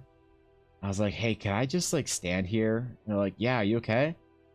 I'm like, nah, I might have broken my tailbone. So like I gotta be careful. Sitting hurts. They just stared at me like, why are you on a plane? I wasn't gonna cancel it.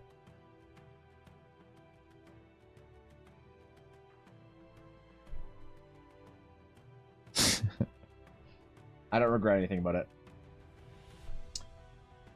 Had to work for you. All right, Victus. Good luck, my friend. Take care. I have tried Swarm, Thorkin. I have tried Swarm, but I refuse to use any of the League of Legends names for any of the weapon that you can get.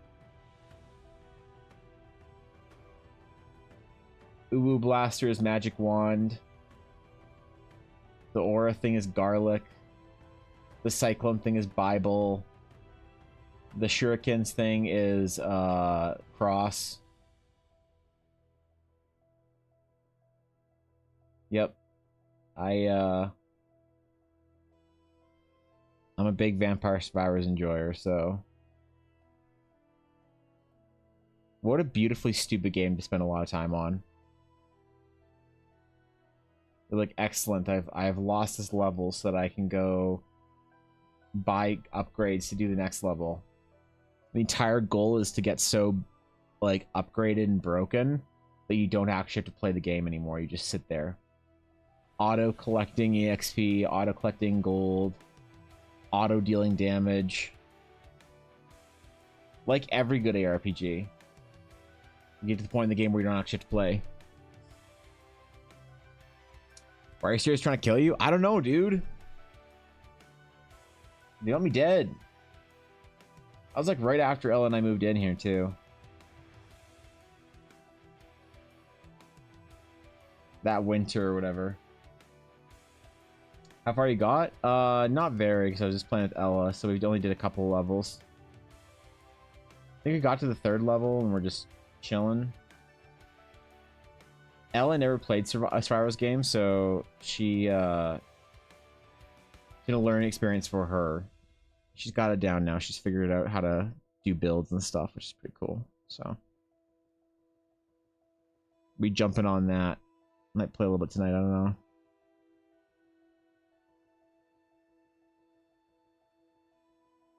I don't know. Did you go hard in it or what? Holocure is great. I like the idea of Holocure, but I can't like the game. The graphics kind of bother me. Like, I know I know of the artist that did the like most of the stuff for Holocure, and I think she's great. And I love her, but I think that there was a distinct lack of understanding of how to properly design a spell effects that can occupy your entire screen without getting too overwhelming. And I think Holocure does that wrong. And I hate saying that because I love the idea, I love the team, I love the whole concept. But Holocure versus Vampire Survivors, just visually, it just kind of hurts my eyes. You know? Let's Survivors 2, have you tried using Caterpillar Guide and speeding through levels? No. Nope. I haven't tried Caterpillar Guy. I haven't played in a while. What's up, Azalea? You guys beat Briar and Rek'Sai, and he just got Bel'Veth. Was pretty busy yesterday. Yeah, Ella likes Briar. She likes the E or whatever. It's also good because Ella can't use her right hand, so she can't use a mouse right now, right?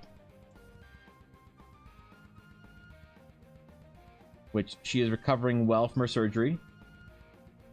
But still, so like it's nice that she can play Survivors with her left hand. Because we haven't played really any games since she had her surgery. She's played a little bit of Light Zoo Tycoon or whatever the new one's called, Planet Zoo.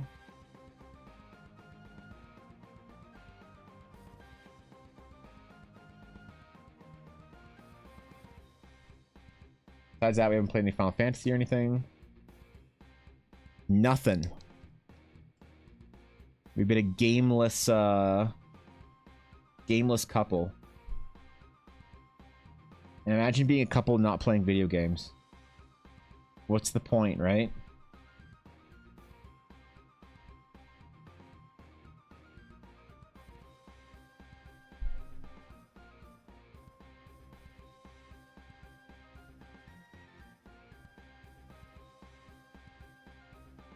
That's what I ask myself every day. It's very similar to Vampire Survivors. I love the small differences between them. Yeah, I want to try it because like it looks fun, but I don't know. I just like I watched Aslan playing Holocure, and I don't know. It just bothered me. The visuals, like I don't know what it is. Maybe it's too low res, too high res, too But if you really good DLCs. Is it Among Us DLC with thematic weapons? Really? I think I have 1 or 2 of the DLCs. Hold on. Is there a new one? Surely there's not a new DLC for Vampire Survivor that I don't have, is there?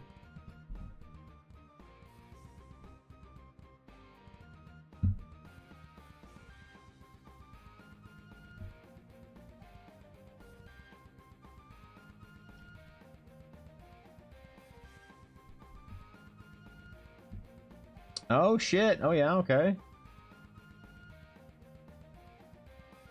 Operation Guns.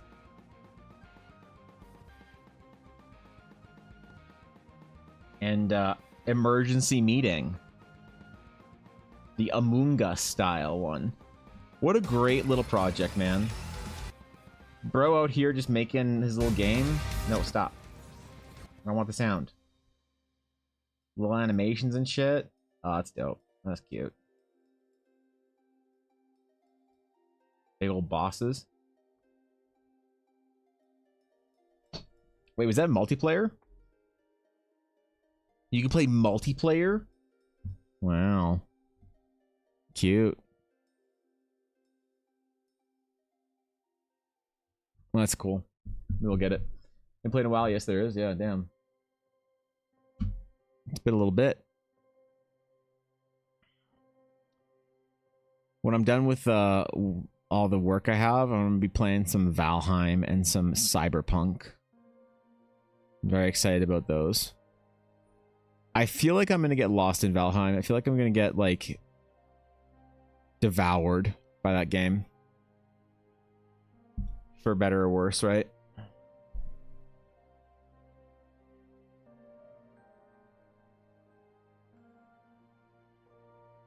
Got some DLCs for Age of Empires. I got the Mountain Kings and the Dynasties of India to play. So there'll be some games coming in the future. And then a big patch is dropping for World of Warcraft in the next week. Who knows if that'll occupy my time or not. Haven't really been feeling World of Warcraft in the last year or so. Objectively, the game's been really good, but I just haven't been feeling it, you know?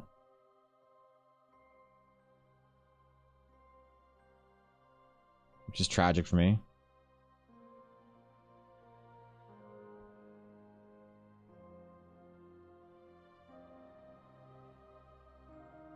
I feel like I'm the last bastion of all my friends that still plays World of Warcraft, so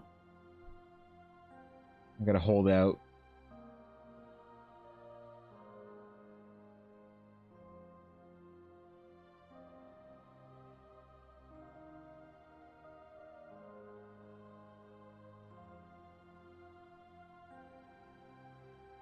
Okay.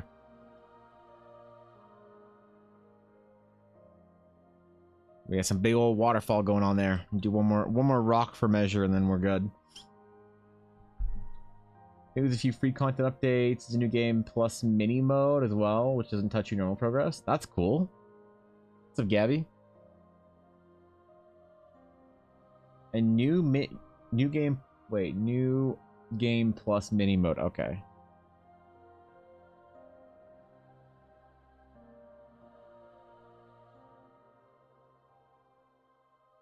Yeah, fuck it, I'll play it. I like Vampire Survivors. There's a little game you can play for here, like a small amount of time here and there, in between when you're working and doing stuff, and then you don't have to think about it. It's not like it takes a lot of your energy to play or away from your work or day or whatever, you know? No live service, no whatever. You just play the game.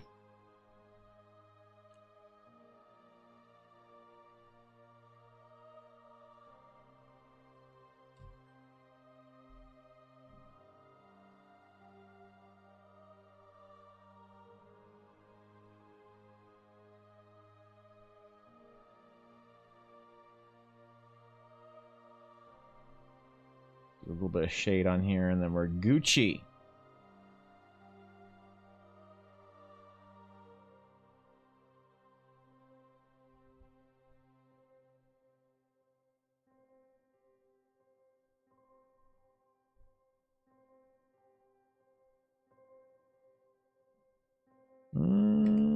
Almost.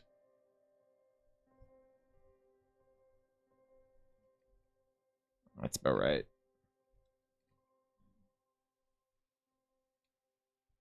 We sign. Ooh, wrong layer. Whoops. What a little signature, man.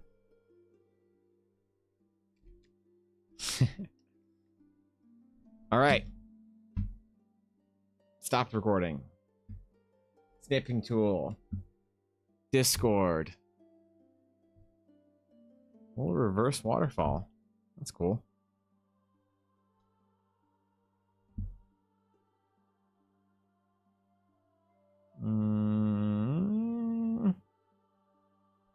Where's the sketchbook? Nice. For second hand samurai. All right, boom. Add tiny figures to the last show for scale. Ah, shit. Ah, shit. That would have been good. Yeah, I should have done staff man.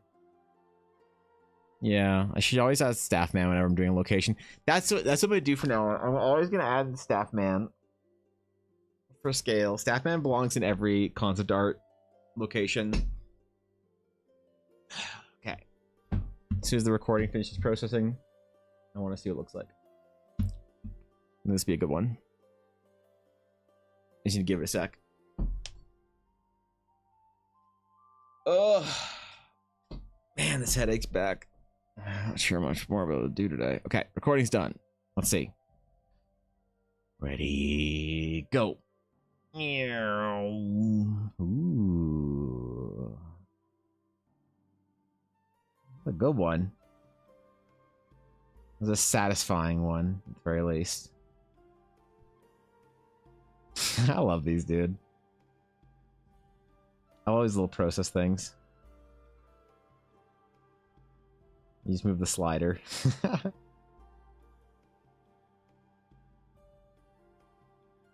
That's cool. That was a good one. Chris? Yeah, that was good. With the Wikipedia for Vampire Survivors, they've won awards, been nominated for more, even have a couple of honorable mentions. Honorable mention if you speak British. Yeah, there's no U's in honorable where I come from. Alright, I live in Canada, okay? We don't use Queen's English here. There's no such thing as received pronunciation in my neck of the woods. So, ugh. Okay, I'll be real. I think we're gonna have to do a little bit of a short stream today because my eyes are still fucking killing me. I thought I was gonna be okay, and then I started reading text, and my headache started to come back, and I feel like I'm on the cusp of returning to full migraine mode. I took some painkillers when I was downstairs, hoping that it'd be okay. When I got my water, it is not okay. It is not okay. So I'm sorry, guys. We'll only have to be able to do one today instead of the 2 or 3 I was hoping for. So I'll try and make up for it next week. We'll try and do some more, and I'll do a longer stream. But for today, that's about it. I apologize. The sketch you didn't struggle with sometimes, my sketch recordings, you can tell I struggled a lot, you know what I mean? Yeah, that's why I don't do figures. That's why I show up to my sketches with the anatomy layer on, because I don't record the struggle. But, yeah, man. Alright, so, have a great weekend, y'all. Have a great weekend. I'll see you all on Tuesday. I feel like we're doing something fun next week. I forgot what it was. Oh, class building. We're gonna do some class building stuff. Yes, there's gonna be some cool shit. A migraine hat. Nice pack covers your whole head. It's very good. I think Ella has one, actually. Maybe? I'm not sure. Yeah, whatever. I'll probably do a bunch of stuff, including put an ice pack on my eyes and forehead, so we'll see how that goes. But I'll catch you all later. Y'all are amazing.